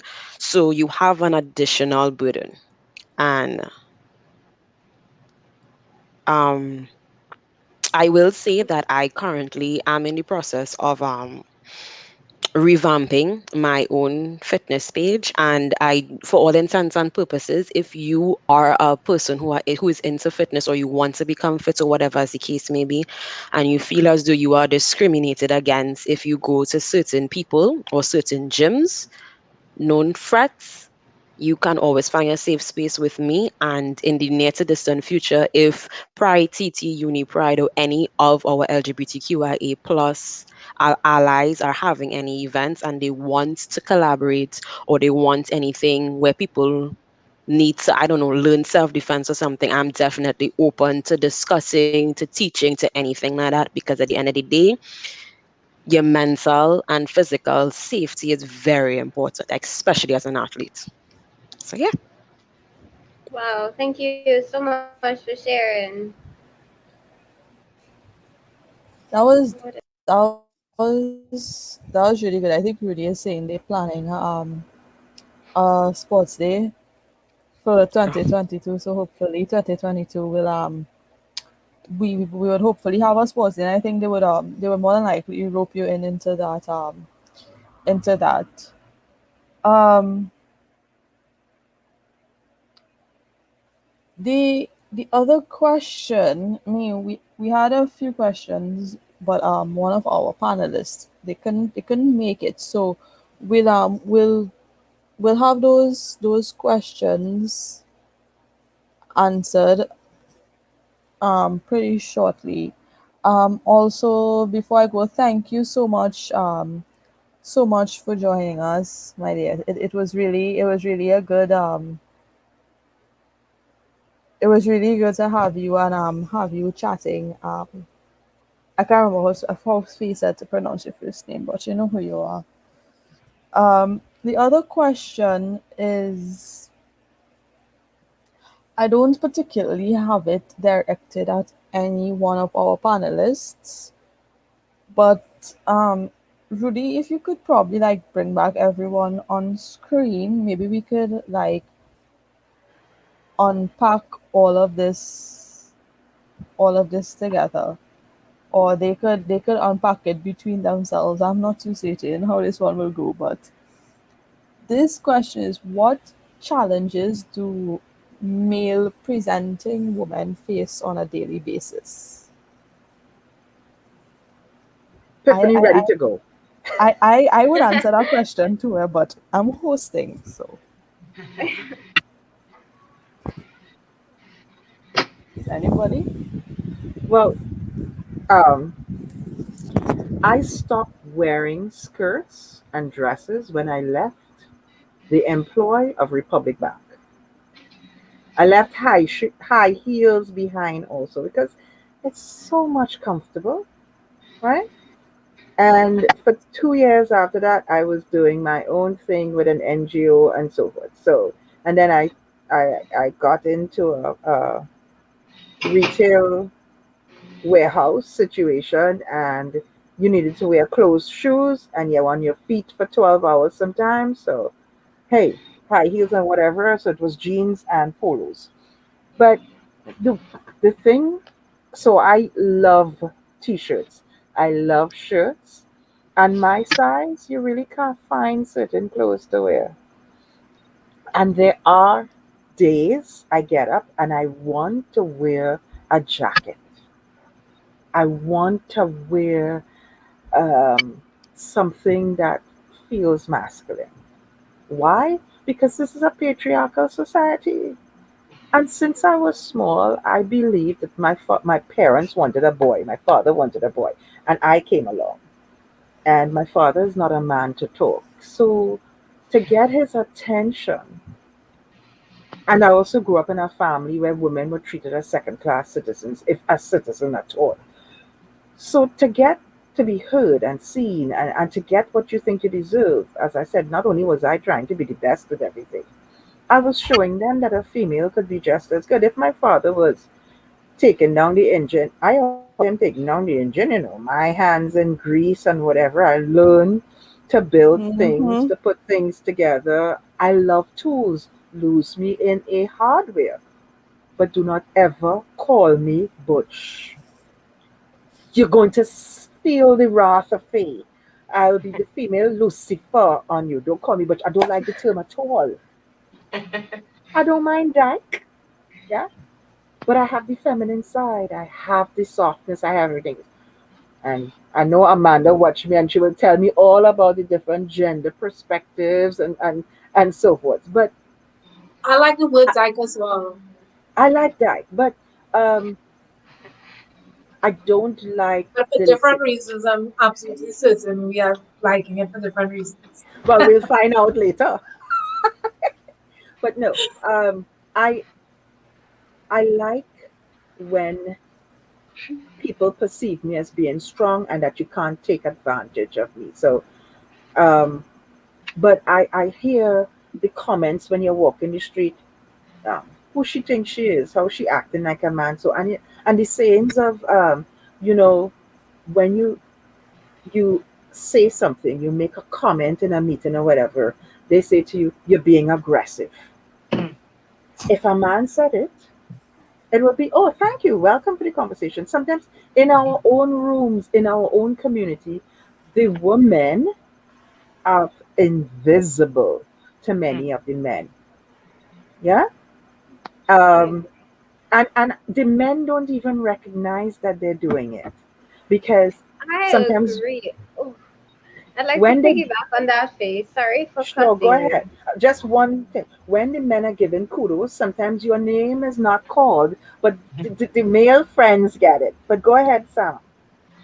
I agree with that, especially when it comes to like in a family and the male head and they have an opinion and like the female has an opinion, they will, and some most times the female would be right, but they would completely ignore that and like, you know, ignore that because they believe that they are superior and they are, at the top, and that it like annoys me because I have that similar situation in the environment that I am in, and it irks me that Yeah, men think like that, think that they could just look over us because we have an opinion that's different from them or that is better than them, and if it's better than them, that's even worse but for because me they just what's don't want even to hear it. right, but for me it's even worse when I'm with among women, and because I'm dressing masculine, or in their mind I'm acting masculine, that I have to be treated differently rather than the same fee. Yeah? It Mm-hmm. I have always said it and I continue to remain. Sometimes women are women's worst enemies. Yes, I agree. Yeah? Agreed. Agreed. I, Right? I I agree. I was a tomboy. I was a tomboy because I loved it. It There were no limits. As a woman or a girl child growing up, people put limits on you. And EJ has alluded to a lot of that, right? And I did not want to be bound by any limit. I thought I was just good enough, anybody else. Um, and yes, it got me into a lot of trouble. I would not be invited. I would be excluded. I'll have my mom and people saying, "Why you don't comb your hair properly? Why you don't put on some makeup? Why you wearing that shirt? Where you going with that?" I mean, to this day, my mom still tells me, I had this on this morning. She's like, "Oh, I like that top. You should wear it more often." That kind of stuff. You're here. The day I hear that from my mom's is the Mm. day I will go down the road and buy that woman a cake and some alcohol and bring it back home and say, hey, that is But for you. you can't Because see it, but it's a female cut shirt actually. So she was enjoying still, it. I think there was me after I cut my hair, right? Oh, Folks who know me know I had long hair, longer than Sam's hair actually, she had beautiful, right? luscious hair. Oh, like And somebody's missing it. Hmm. No, no, no. no, I no, no, no. enjoy both of her hairstyles. Just saying. And I think was earlier this year or something. I had gone somewhere with my mother, my stepfather, and it was just she and I in the car alone. And she was like, "Why you don't go back out your hair?" I was like, "Huh?" Like that was my reaction, huh? I said, "You know how much work it is to care for my long hair? My hair is thick, like very thick. Half the time I don't even like to comb my own hair." Right? As when I was on campus for in the earlys, before I cut my hair, I think it was in 2019 or something like that, there about 2018 or something. Yeah, 2018. Right? I had long hair. Ask anybody, I never like to comb my hair. Sometimes they want to play up in my hair and they're parting the knot in my hair going because I never like to comb my hair. So I cut it off. I mean, I would go back with top. The top easy to comb through and those kinds of things. But no, I not growing back on my hair because you want me to look a certain way because you don't want people talking about Mm, the fact that I'm gay and I'm more masculine than anything else, and I dress more masculine than anything else because she's been trying to get me back into wearing a dress or to wearing a I skirt. don't know. Whoa, whoa. Oh, yeah, your mother. Right. Yes, that's. Yeah, sh- she has been trying to do that a lot, and I think the hardest thing for me is that you see when you need to go temple and you need to put on that outfit. I'll be honest, I have not worn the shalwar top, the pants for a shalwar in years. I always wear jeans. But it's kind of hard to wear a female top too because I just really need to talk to myself before I dress to go temple. So if I know I have an event coming up and I go in temple for it, I'm talking to myself the whole week to convince myself do not feel uncomfortable in this one top. Please don't put yourself through that. You're gonna be fine. It's just a top. You're gonna wear it for a couple hours and come up and take it off and fling it back somewhere. It's gonna be fine. So I get it because that's things that you face, and then it depends on the workplace that you're working in as well. The place you're working in, if your bosses and they not, I don't know, LGBTQ friendly, or they don't understand that the way you dress to go to work is more of a comfortable thing as well. Like you cannot have to be going to work working a 8 to 4, 9 to 5 job 5 days a week, 6 days a week, and you have to roll up in work with a pair of heels on, a skirt or a pants, well, more likely a skirt or a dress, and them little jacket with your hair done, proper makeup on, and those kinds of things, and you're feeling hella uncomfortable.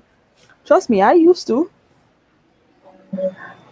right? I used to, but I, you just have to see if you can take yourself out of that situation, if it's financially sensible in right now, especially in the middle of a pandemic, if it's sensible to take yourself out of that situation, or if you just go, depend on where you work, and talk to your boss and say, hey, such and such is the case, you know, see if that could help to make you feel more comfortable in your own skin and more comfortable in what you're wearing.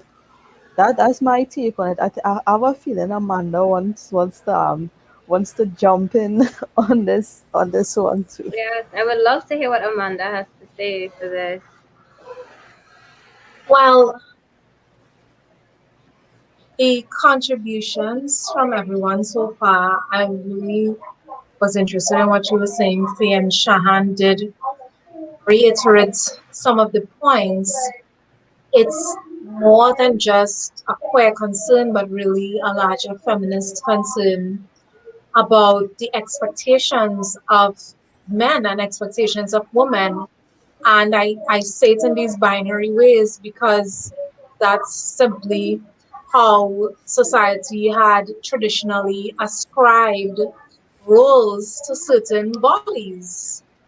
And people in certain bodies were expected to perform in certain ways, and that even labor within the home in terms of domestic divisions of labor and then further professional distribution of labor were determined also by bodies that and the perception of bodies by people around them. And it's really of course unfortunate and tragic.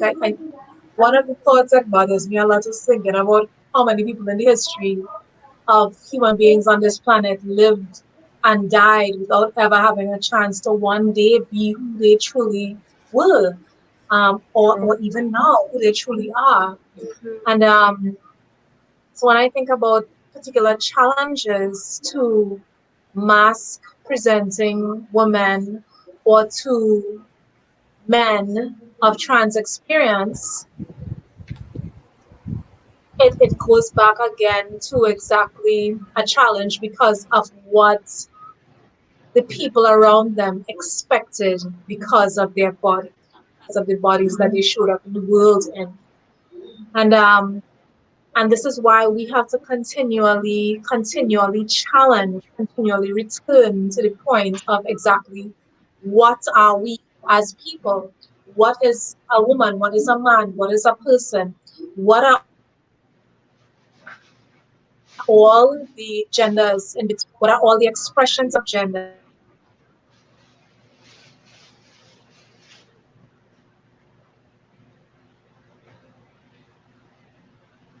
And what are the I think safe did she? spaces that honor people and honor the ways in which they would like to be received. I think one of the most progressive things that took place, and this was recent. I think the first time I even had a conversation about it was in 2013, and that was the issue of pronouns and how important pronouns are. And at that time, I was really challenged by it. But Sam, you know, I'm an English teacher, so I was challenged by pronouns from the point of having, you know, this great immersion in English as an academic field, and oh my gosh, it's my degree, and then, you know, there had to come a point in which I just had to let go of that. Like, fuck your degree, fuck your postgraduate work, talking about people's lives, talking about the things that matter most to Yeah, them in terms of how they feel safe in their navigation of the world around them. And then besides that, what is your real allegiance to a colonial language anyway? the same colonial language that continues, the same colonizers that continue to disenfranchise us even to this day because of their legacy within our laws.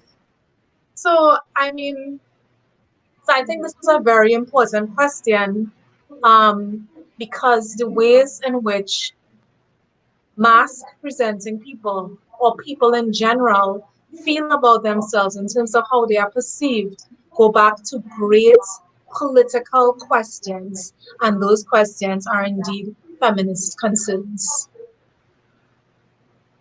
Okay. Wow. Okay, thank you so much for that.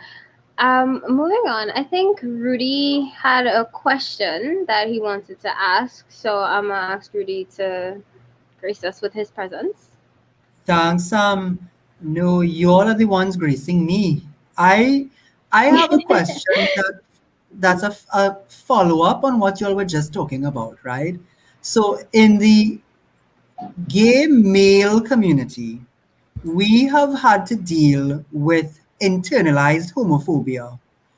For example, we talk a lot about femme shaming and discussions about who's a top and who's a bottom and what does that mean and who is the woman in the relationship, even, and I'm talking about within the community, right? And Wow. a lot of DL presenting guys put on, like they forcefully put on a very quote unquote, as Amanda was saying, what is stereotypically seen as a masculine persona publicly, but then privately, it's a different kind of energy. Could you Yeah. all talk a little bit about that and how it presents itself in the queer woman and what you all have experienced around that, please? Really, I'm so glad that you bring it up because I have been following this conversation, particularly on Instagram, because there are so many spaces that have been curated for queer men specifically. But all the time, there is this overriding notes about who's a top and who's a bottom and who's worse. And it is clear that the tops are at the upon at the top of the food chain, while everyone else occupies some other space on the pyramid. And it's just so interesting to see that because it's not only an internalized homophobia, but it's also sexism. It's also the perception of something as being feminine and the derision of that thing that is feminine. And of course this plays out in same sex relationships between women as well. You know, just always continually putting down what is deemed feminine or continually privileging what is deemed masculine. And I mean, when I first started work in advocacy, this was early, like around 2010 there,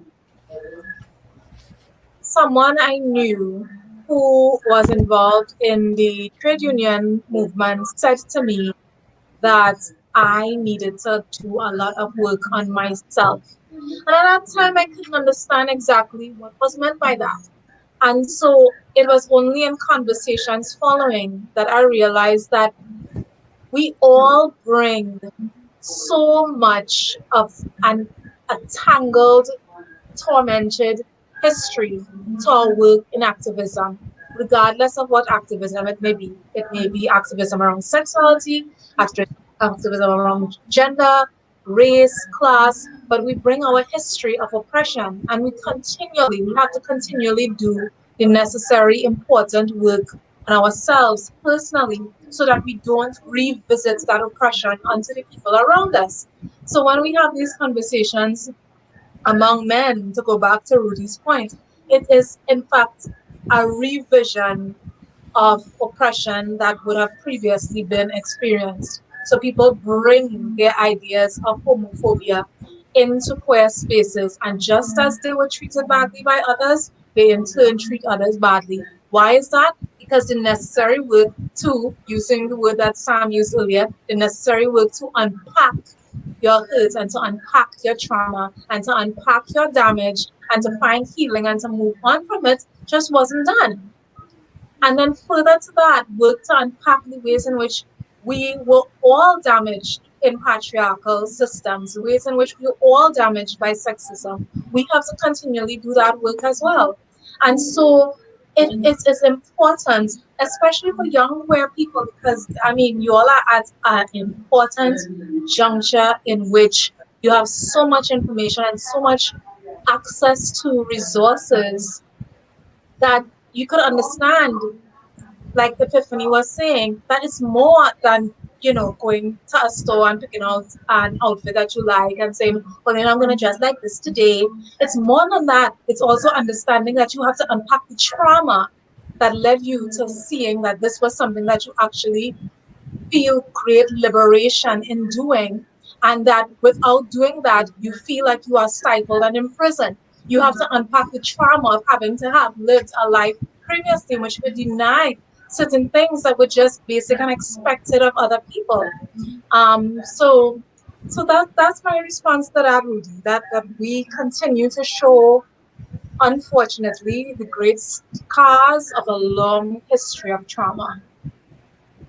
I want to just chime in on that one too, because a lot of people, I'm using the word people categorically as well to speak about a lot of the straight a lot of the straight folks, right?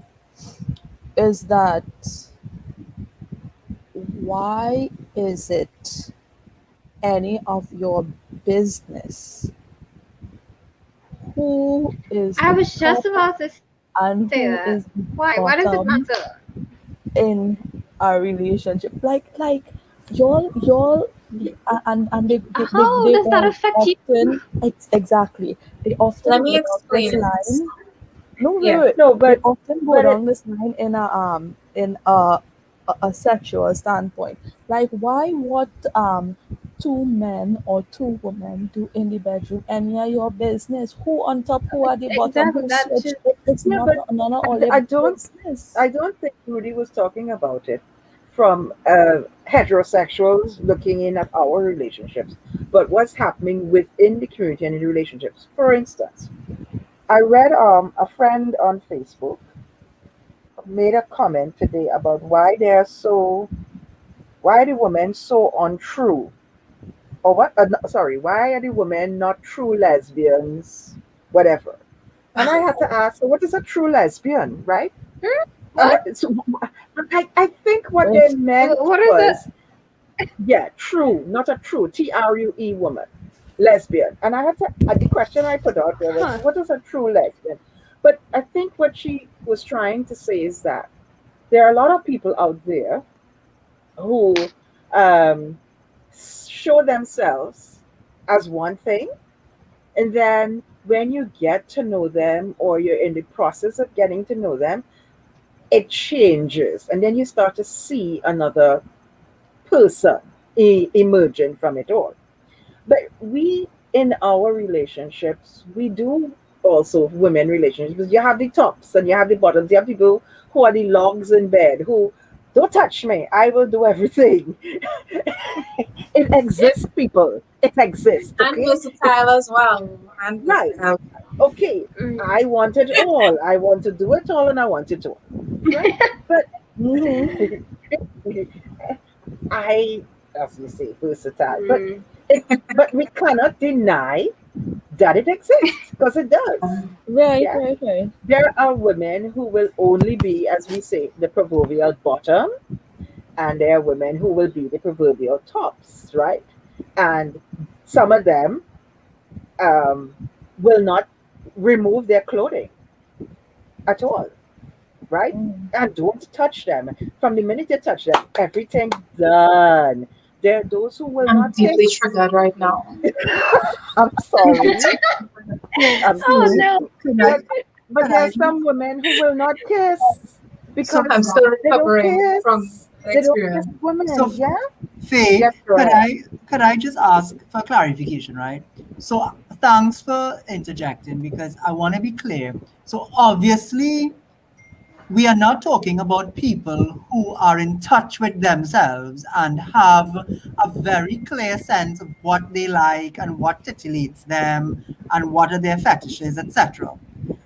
As you were intimating, I was referring to those of us that are still trapped within whatever our socialization was, that we can't even open up ourselves to fully explore our sexuality.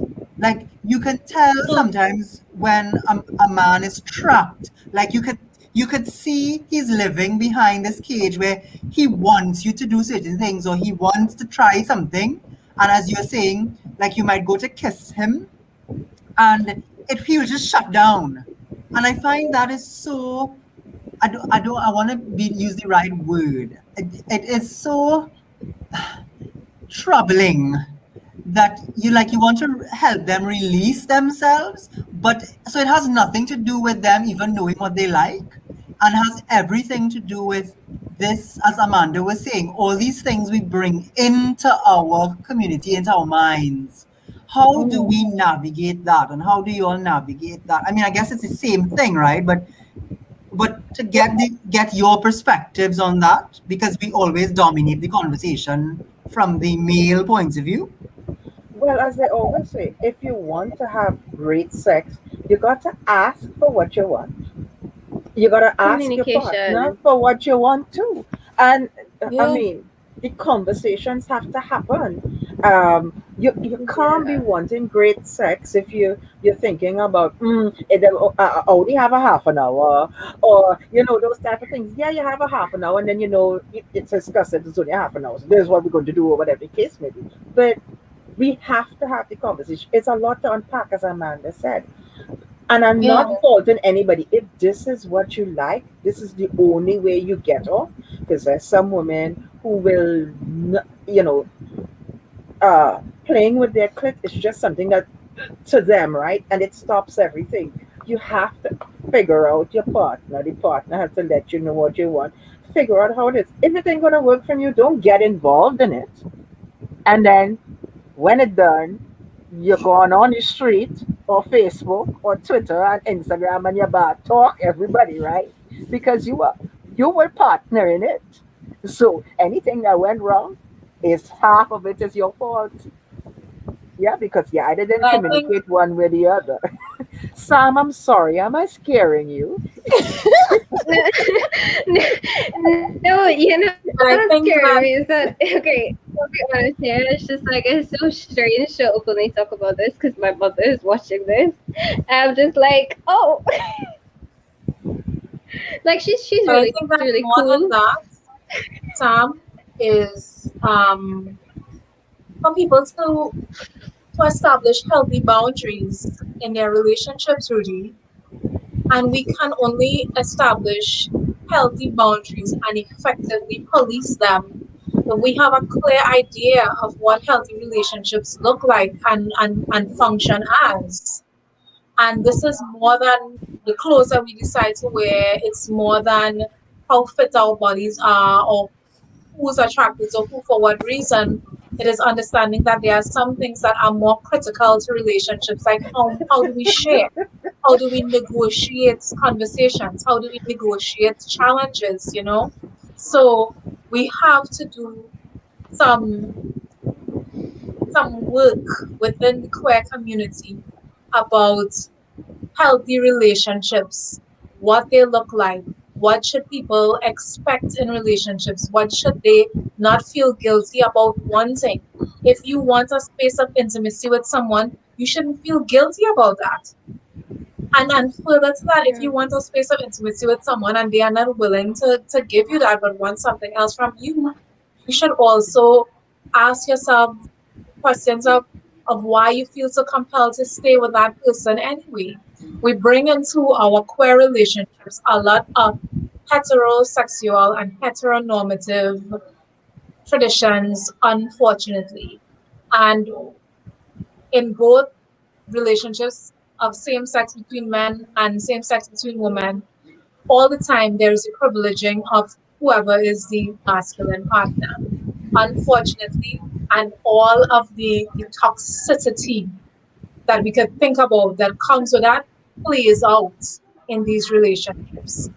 And I think it's one of the most tragic things about queer culture, because we are a space in which there is so much that is positive and so much that is beautiful and so much that is light and bright and shining. But at the end of it, we also have a lot of people who are hurting and hurting in really terrible ways simply because their relationships are not fulfilling them and because their relationships reproduce trauma that they hoped to escape from when they sought sanctuary in the queer community.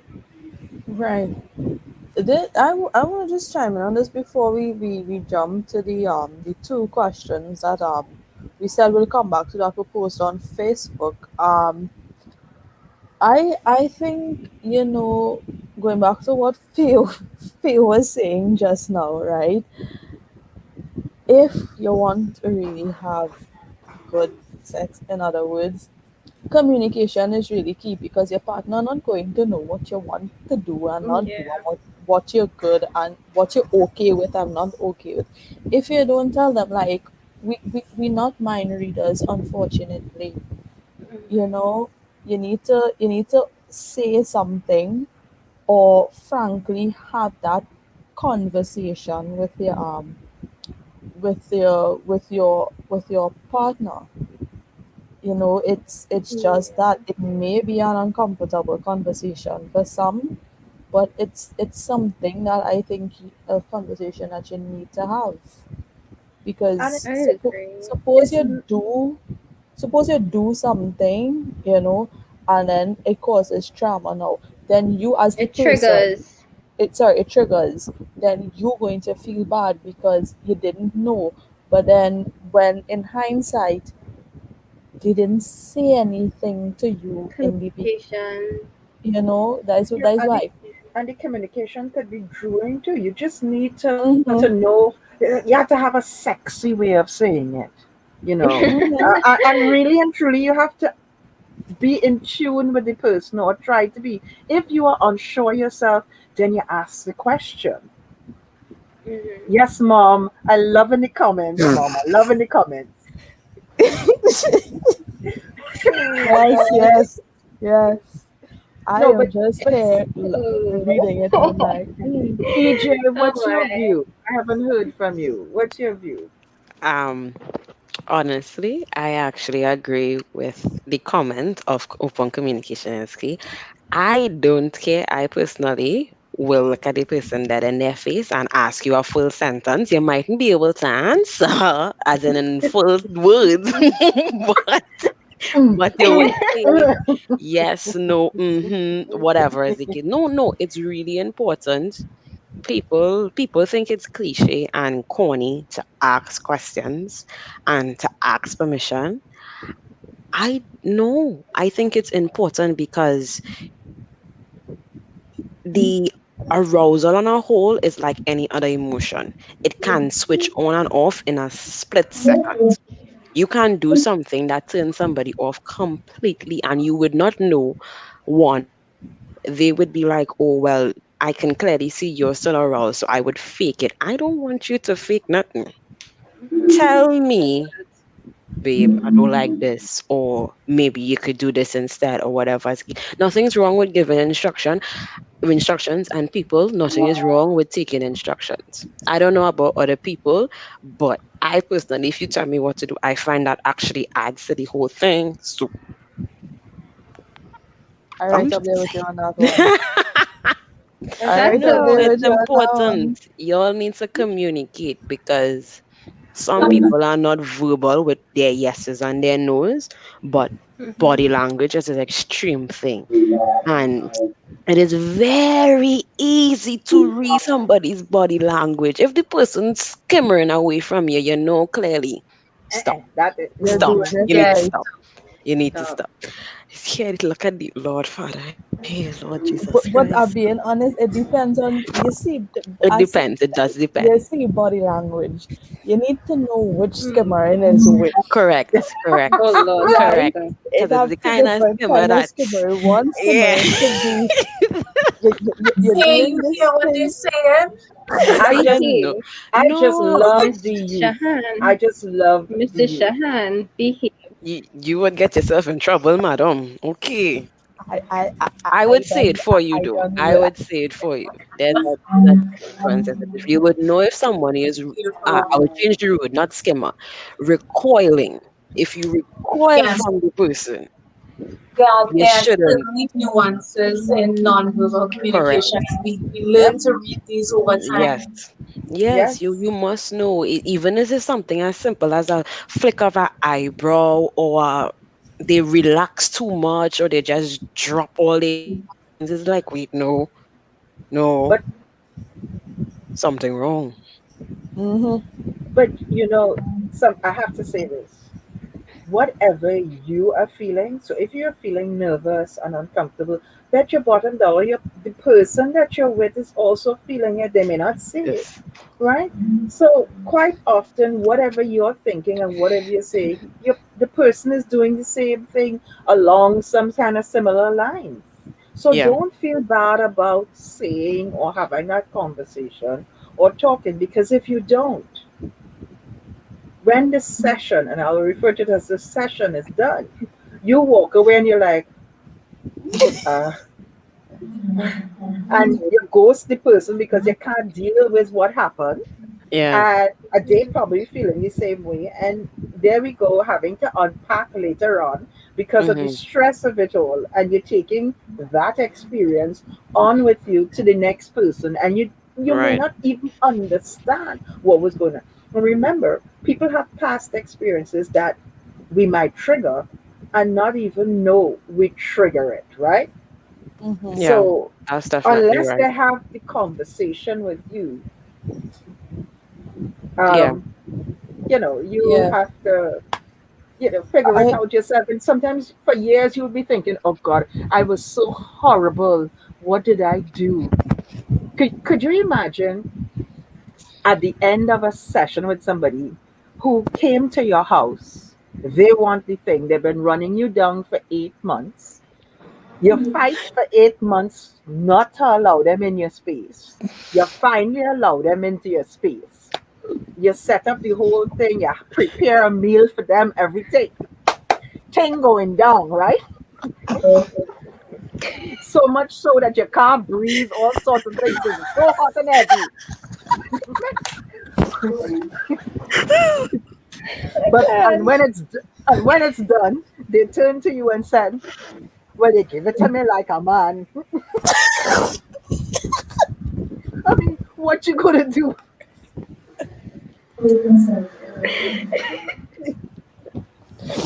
right? No, but I mean, you seriously, could you feel have to have the flattered. conversation. You could feel flattered. What I want to do anything and say have somebody tell me I do it like a man. No, somebody used that same statement a little while ago, and you see, look, somebody's agreeing with me, right? Mm-hmm. I mean, if if in a lesbian relationship, right? That I'm not use the word. I'm not use the Woman one who who loves loves woman. women, right? Hmm. I was going to that. In a relationship where it's a woman who loves woman, right? I mean, if your partner come and tell you, babe, you do it like a man, well, I so go feel flattered, But you everybody know? to their own. But what's To each the his point own. I'm trying to make is it may not come across that way to the other person, right? Mm-hmm. So the conversations are important before, during, and after. After, yeah, yeah. Folks, this is a very interesting conversation. I think we could talk all night on this thing, but we have two questions I would very much like to um, pull back up. Rudy, could you just pull back? Yeah, this was one. So the thing is, it can be very discouraging when we know that there are people of the community in influential positions that are now hiding or camouflage themselves in order to fit to the status quo of presiding political views. What what are your thoughts on that? Anybody could Well, have a crack at this one. this is not just a now thing. I think in all in all systems in which some people are privileged and other people are not privileged, you will find some persons who are oppressed passing in ways so that they may feel excluded from. This is true in terms of racial politics, it's true in terms of class, gender politics, and it's true in the queer community as well. Um, so I mean, it's difficult. It's difficult because on the one hand, people do these things in order to survive. They want a certain quality of life for themselves and perhaps for their families or the people around them. So passing becomes a way for them to access that. So it might just be a matter of mere survival, but in certain ways, it becomes destructive rather when that person starts or when those people start endorsing the oppression of the group that they emerged from. And we have seen that in the queer community in Trinidad and Tobago and internationally too. I mean, there had been for decades the conversation around the people who continually feel the need to assert that they're not gay or this is no homo or this is something. And those people oftentimes reveal themselves to in fact be homosexual or in fact be lesbian or in fact be whatever. Um, so we know it goes back against the point of trauma and how people are dealing with that, how people are feeling safe within communities, what they're doing to feel safe within communities. And sometimes the things people do to feel safe are not necessarily healthy things.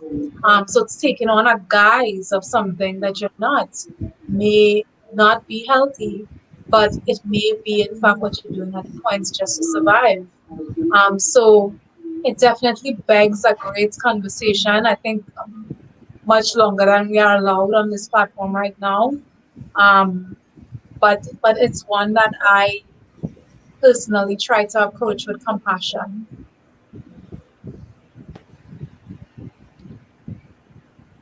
I I, I go second ahead. Amanda's thing. I Mm-hmm. second, I can't. I mean, it's very hard when they start to attack the same as you say, the community that they emerge from. And some people have called for outing them, but I cannot, and I will never agree to that. Um, Mm-hmm. but maybe if I know the person personally, I would probably go to them and say, you know, you need to stop your strippiness, as the case may be. But if I don't know them, I can understand. To I would like to be, as Amanda said, compassionate and think, they might be in a position that needs them to do what they have to do. Yeah, Uh, I had this happen to me personally. If I could share a story quickly, years ago, there was this woman online who was like sending me messages, direct messages, or she wanna hook up, she wanna this, she wanna that. And then when things we never did, by the way, disclaimer.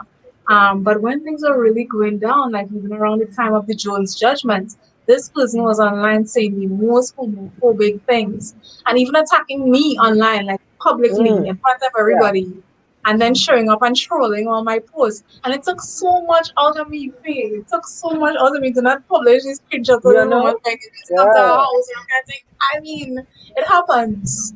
Yeah, it That happens. was But that was a very deep question, to be honest. I it mean, is. I, yeah.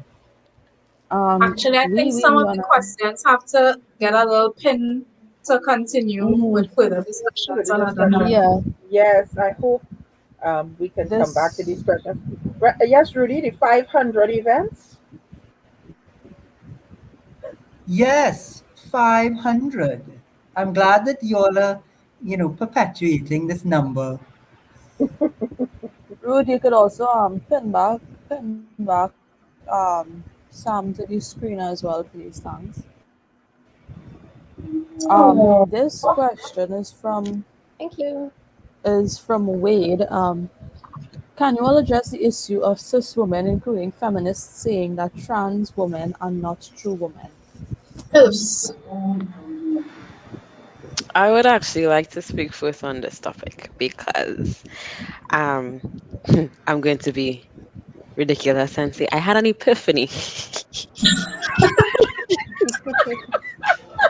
I really did. I really did because recently I because I don't like labels, as had a recent awakening to the fact that I would rather say I'm a non-label whatever because as far as I'm concerned, if you if I'm looking at you through my four eyes and I see female and I think you are attractive, I don't care how you were born. I really don't. I didn't. Someone asked me a while back. A really good friend asked me, how would I feel if they were to be transgender or whatever as the case may be. And she was considering transitioning from to male. And I was confused as to why she was asking. Because as far as I'm concerned, if this is what you identify as, then okay, you're still who you are on the inside. And to directly Agreed. address the issue, as the person say of cis women, including feminists saying that trans women are not real women, I have recently this year, I don't know, I have met some beautiful trans women. And I honestly had to go to my friends and I was like, guys, I think one day I will just disappear and you all will find me at some woman house because these women are so beautiful. And I don't see how they are not women because if you want to use society's description of a woman, right? A woman is, I'm not going to even address physical appearance, People say women are so emotional, they always focus on the emotional aspects of things. They want to go in depth. They're talking about their feelings, whatever.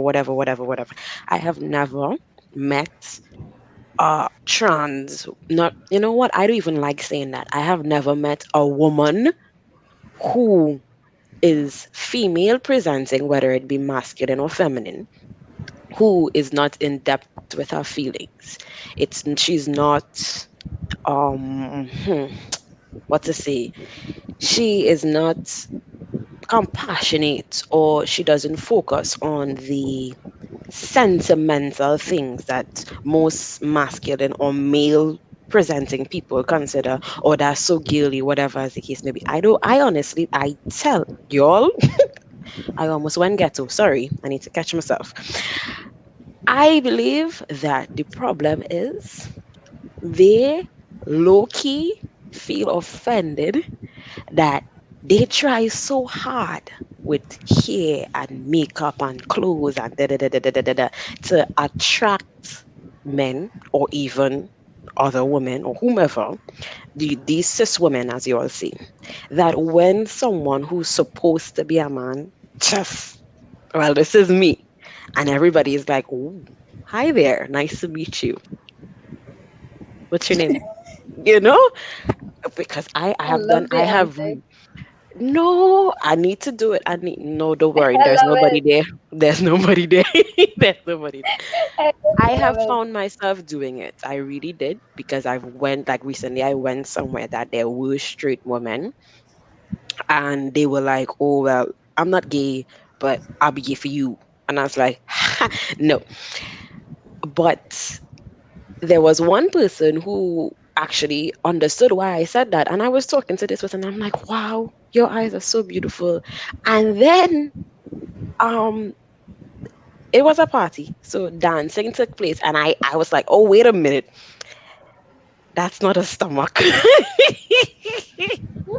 was like, I felt that, but I didn't care. It's because there is a way in which as women we carry ourselves, and I believe that some cis women, they lack that self-esteem, that self-respect, that knowing your self-worth, that saying, yo, I'm a queen, respect my crown and know your damn place. That they feel Correct. honest, they feel honestly threatened by the beauty that comes with so many of our trans women. And it's as simple as that. Okay, I know that. I disagree on a number of accounts. Um, I disagree on a number of accounts because while I think what you said was very beautiful, I think it also there's a lot of essentialism, essentialism, and assuming that all cis women are one way and therefore there's this homogeneous dissatisfaction that all cis women have, and the reason for that dissatisfaction is just this one box.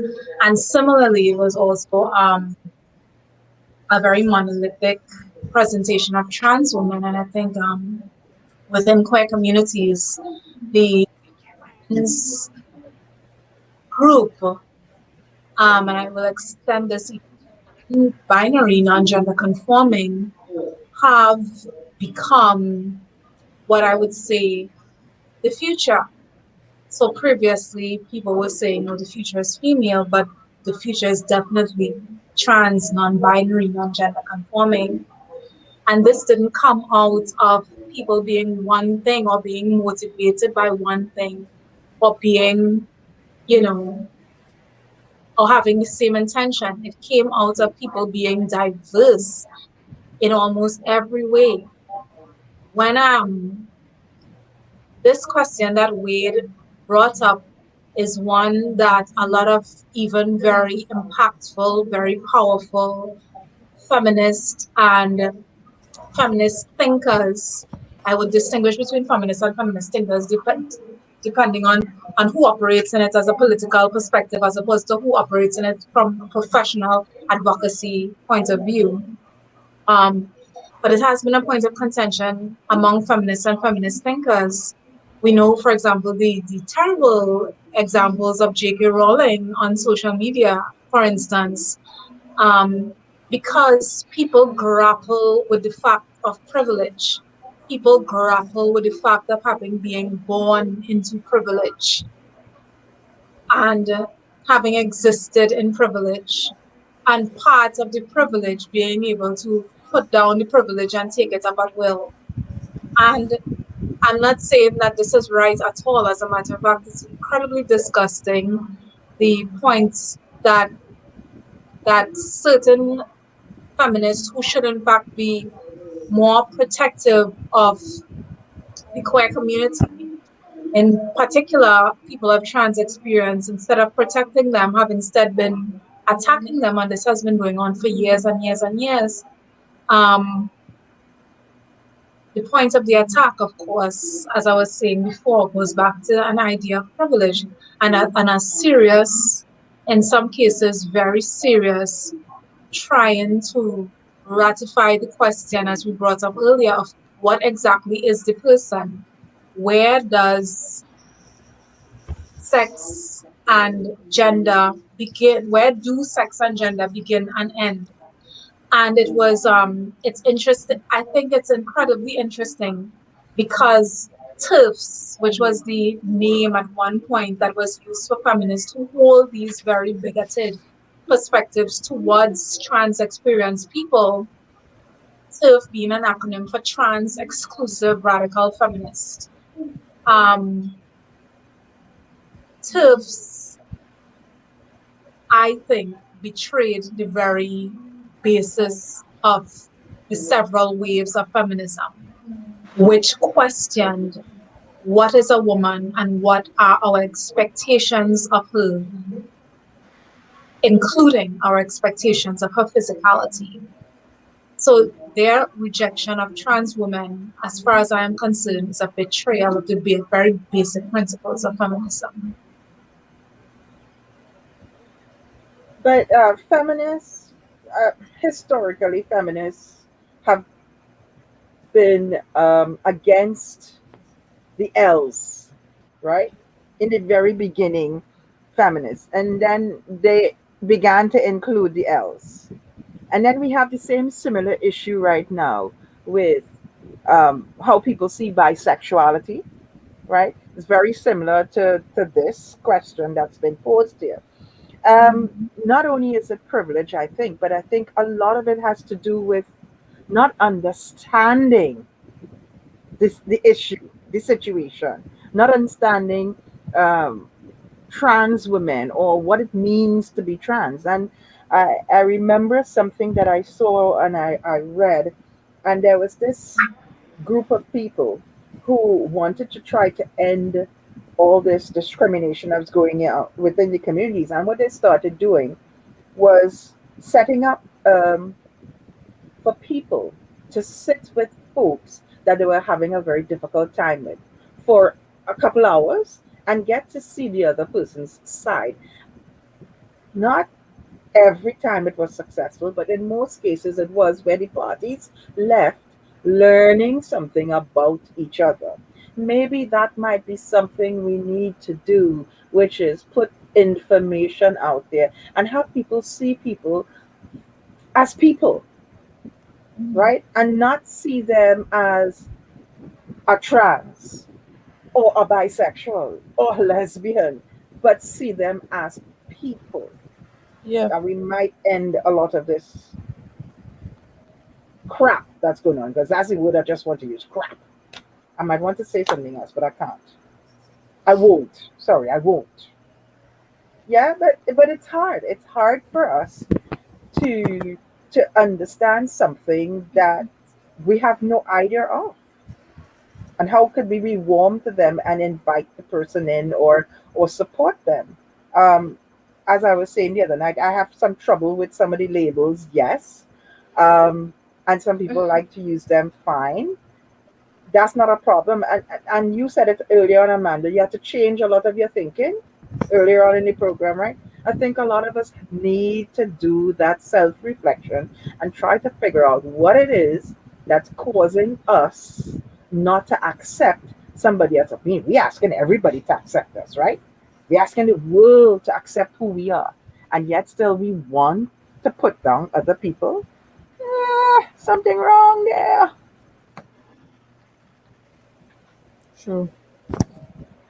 I I wish that we had more time to continue all of this, but unfortunately we don't, because and that I feel you remember when I had pitched Macho Man, how a couple of them were like, what are we gonna talk about for, sorry, Macho Woman, what are we gonna talk about for Macho Mhm. Woman, and how this is going to go. And look at us, we can't done talk, and it's 10 o'clock and we have to wrap up, but we can't Well, done talk. you and Sam are going to look at your calendar and say, 2 months from now, whoops, Macho Man number two, Macho Macho Woman Woman part number two, two. yes. Yeah, I have a I Woman. have Honestly, I have a I don't feeling. mind. I have a feeling I this really is enjoy going to this. have a part two to it. So well, who I think knows? a We lot might of the take this and run with questions, it. I would love yeah, a lot of the this. questions could have been expanded. So we just need to, I think, Mm-hmm. take a lot of the comments and make note of it and Keep that. put Yeah. it, yeah, for topics to discuss to make up one of the 500 and plus events that we want to have, right? Yes. Yes. Yes. I love that. I think we could do that. But it's 10 o'clock in the night, and people have to go to work and go to classes I'm and sure you all have whatever things to tomorrow. do. So you don't want to keep Yeah. everybody up. And have conversations with their partners. Yes, that too. Can't forget that. Yes, have conversations Have with conversations our with yourself. partners. Yeah, Okay. have conversations with yourselves. Yep, even Which is more something. so. Maybe with food, because I'm sure some of Right, us are but hungry. yes, Well, and get guys, it was lovely seeing all of you. And mm-hmm. Tiffany, lovely to see you after such a long time. It was Glad to nice hear to about be your here. adventures in sports. I had no idea about that, so I guess I have to look for you on YouTube. She's going to Yes. send us messages and invite us to come see her play Yeah. football. We'll Yeah. support you. Okay, so no problem. We'll come with our pom poms or whatever. My God. Yes, if you were two rainbow pom poms, we send them to you back too. Listen, Don't worry, I I'll wear socks. I'll wear Okay. the socks. Don't worry. I'll wear the socks. You thank you Sam, for it's also, having always me, a people. pleasure. Always a pleasure to see you. yes, and Shahan, you're Me amazing. too, Amanda. I mean, I'm going to just say She that is. I think you know it by now, but I'm just going to I reinforce your I knowing. have been told that every single day for I don't know how long, right? But thank you guys so much. I know it was like really last minute reaching out to Amanda, Fade, both of you was really last minute reaching out, but thank you so much for accepting my very, very, very, very late invite today. It was a really good conversation. I think we're gonna have a part two to this event in a couple of months, as Faye You said. definitely should. My last thanks, Because of I learned course, to so much Faye. from this. Faye, Yes. thank you for being such a great support to me through all these years and continuing to be that beacon of light. Yes. We You are are my safe support for space. You each. are one of my safe spaces, most definitely. Thank you for that. Thank you, but we are each other's support. Without you, I Definitely. can't be me. No, seriously, you know, voices like everybody who's been on the panel today and in the Mhm. comments give me the energy to continue to battle, to continue to fight, and continue to give of myself. Because if I wasn't getting any of it back, I would be depleted and completely empty. So thank you all. It was our pleasure. Thank you It because was our Faye pleasure. Faye has been Faye has I can surely say this, Faye has been one that has gotten me through one of the roughest parts of my life. Faye was one of them I spoke to, and here I am still here, And happy. So you're really amazing. That's the only word I can come up with to say that. But thank Thank you you. all so much for being a part of tonight's discussion. I think we're gonna have all of you all back for the part two of Macho Woman to unpack the rest of everything, Um thanks to my lovely co host, you know, for being here and Yeah. co-hosting because this is our first time co-hosting something like this. So you did great. Well, you did really amazing. So you're gonna co-host some more events eventually once you're up for it. But stay tuned Oh, tomorrow night. Tomorrow night we well, Uni Pride is back again. We have Young Queer Talk tomorrow night at 7:21. talk. So stay tuned for come join us back tomorrow night on the live. Um You shall see us. Tomorrow night on the live for Young Queer Talk. So we'll be here unpacking a few different things and ending off Unipride's set of events with Young Queer Talk, with the reason why Unipride was started in the first place, the youth of us. So it will be a little bit of the panel will be some of the board of directors and members of Unipride. So come on back at 7:21 on Pride ET's Facebook. So we'll be live again for that. Also, don't forget Sunday we are closing off Pride Month Sunday. So we are having our vaccinate. So please, if you are interested in getting your COVID-19 vaccine, head over to Pride TT's website at pridett.com to register for the to be a part of that vaccinate. It will be held at Napa, Or send right? us a direct message. Right. Oh, sorry. Or send us or send them a direct message on any of their social media platforms with your name that's on your ID card and a contact number, right? So we can make that happen for you guys. So again, thank you to all our panelists for joining us, to all the viewers, to all the persons who contributed to comments, um, to Pride TT for hosting us. Shout out to Sharon who was not here tonight. She had some stuff that she needed that was pressing. She's working on a project. So shout out to Sharon and the Women's Caucus for collaborating with UniPride on this event. Thank you again to my lovely co-host for tonight, and thank you to my team at UniPride, because without all of y'all, this wouldn't be, we wouldn't have been able to pull this one off.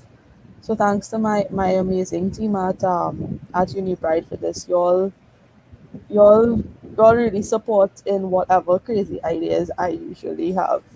Um, Also, don't forget to follow, like, share the live stream, follow PyTT on all their social media platforms, right? Facebook, Twitter, Instagram. Subscribe to their YouTube channel as well, because all of this would be on the YouTube channel. Don't forget to follow UniPride as well, unipride.tt on all our platforms. So thank you to everyone.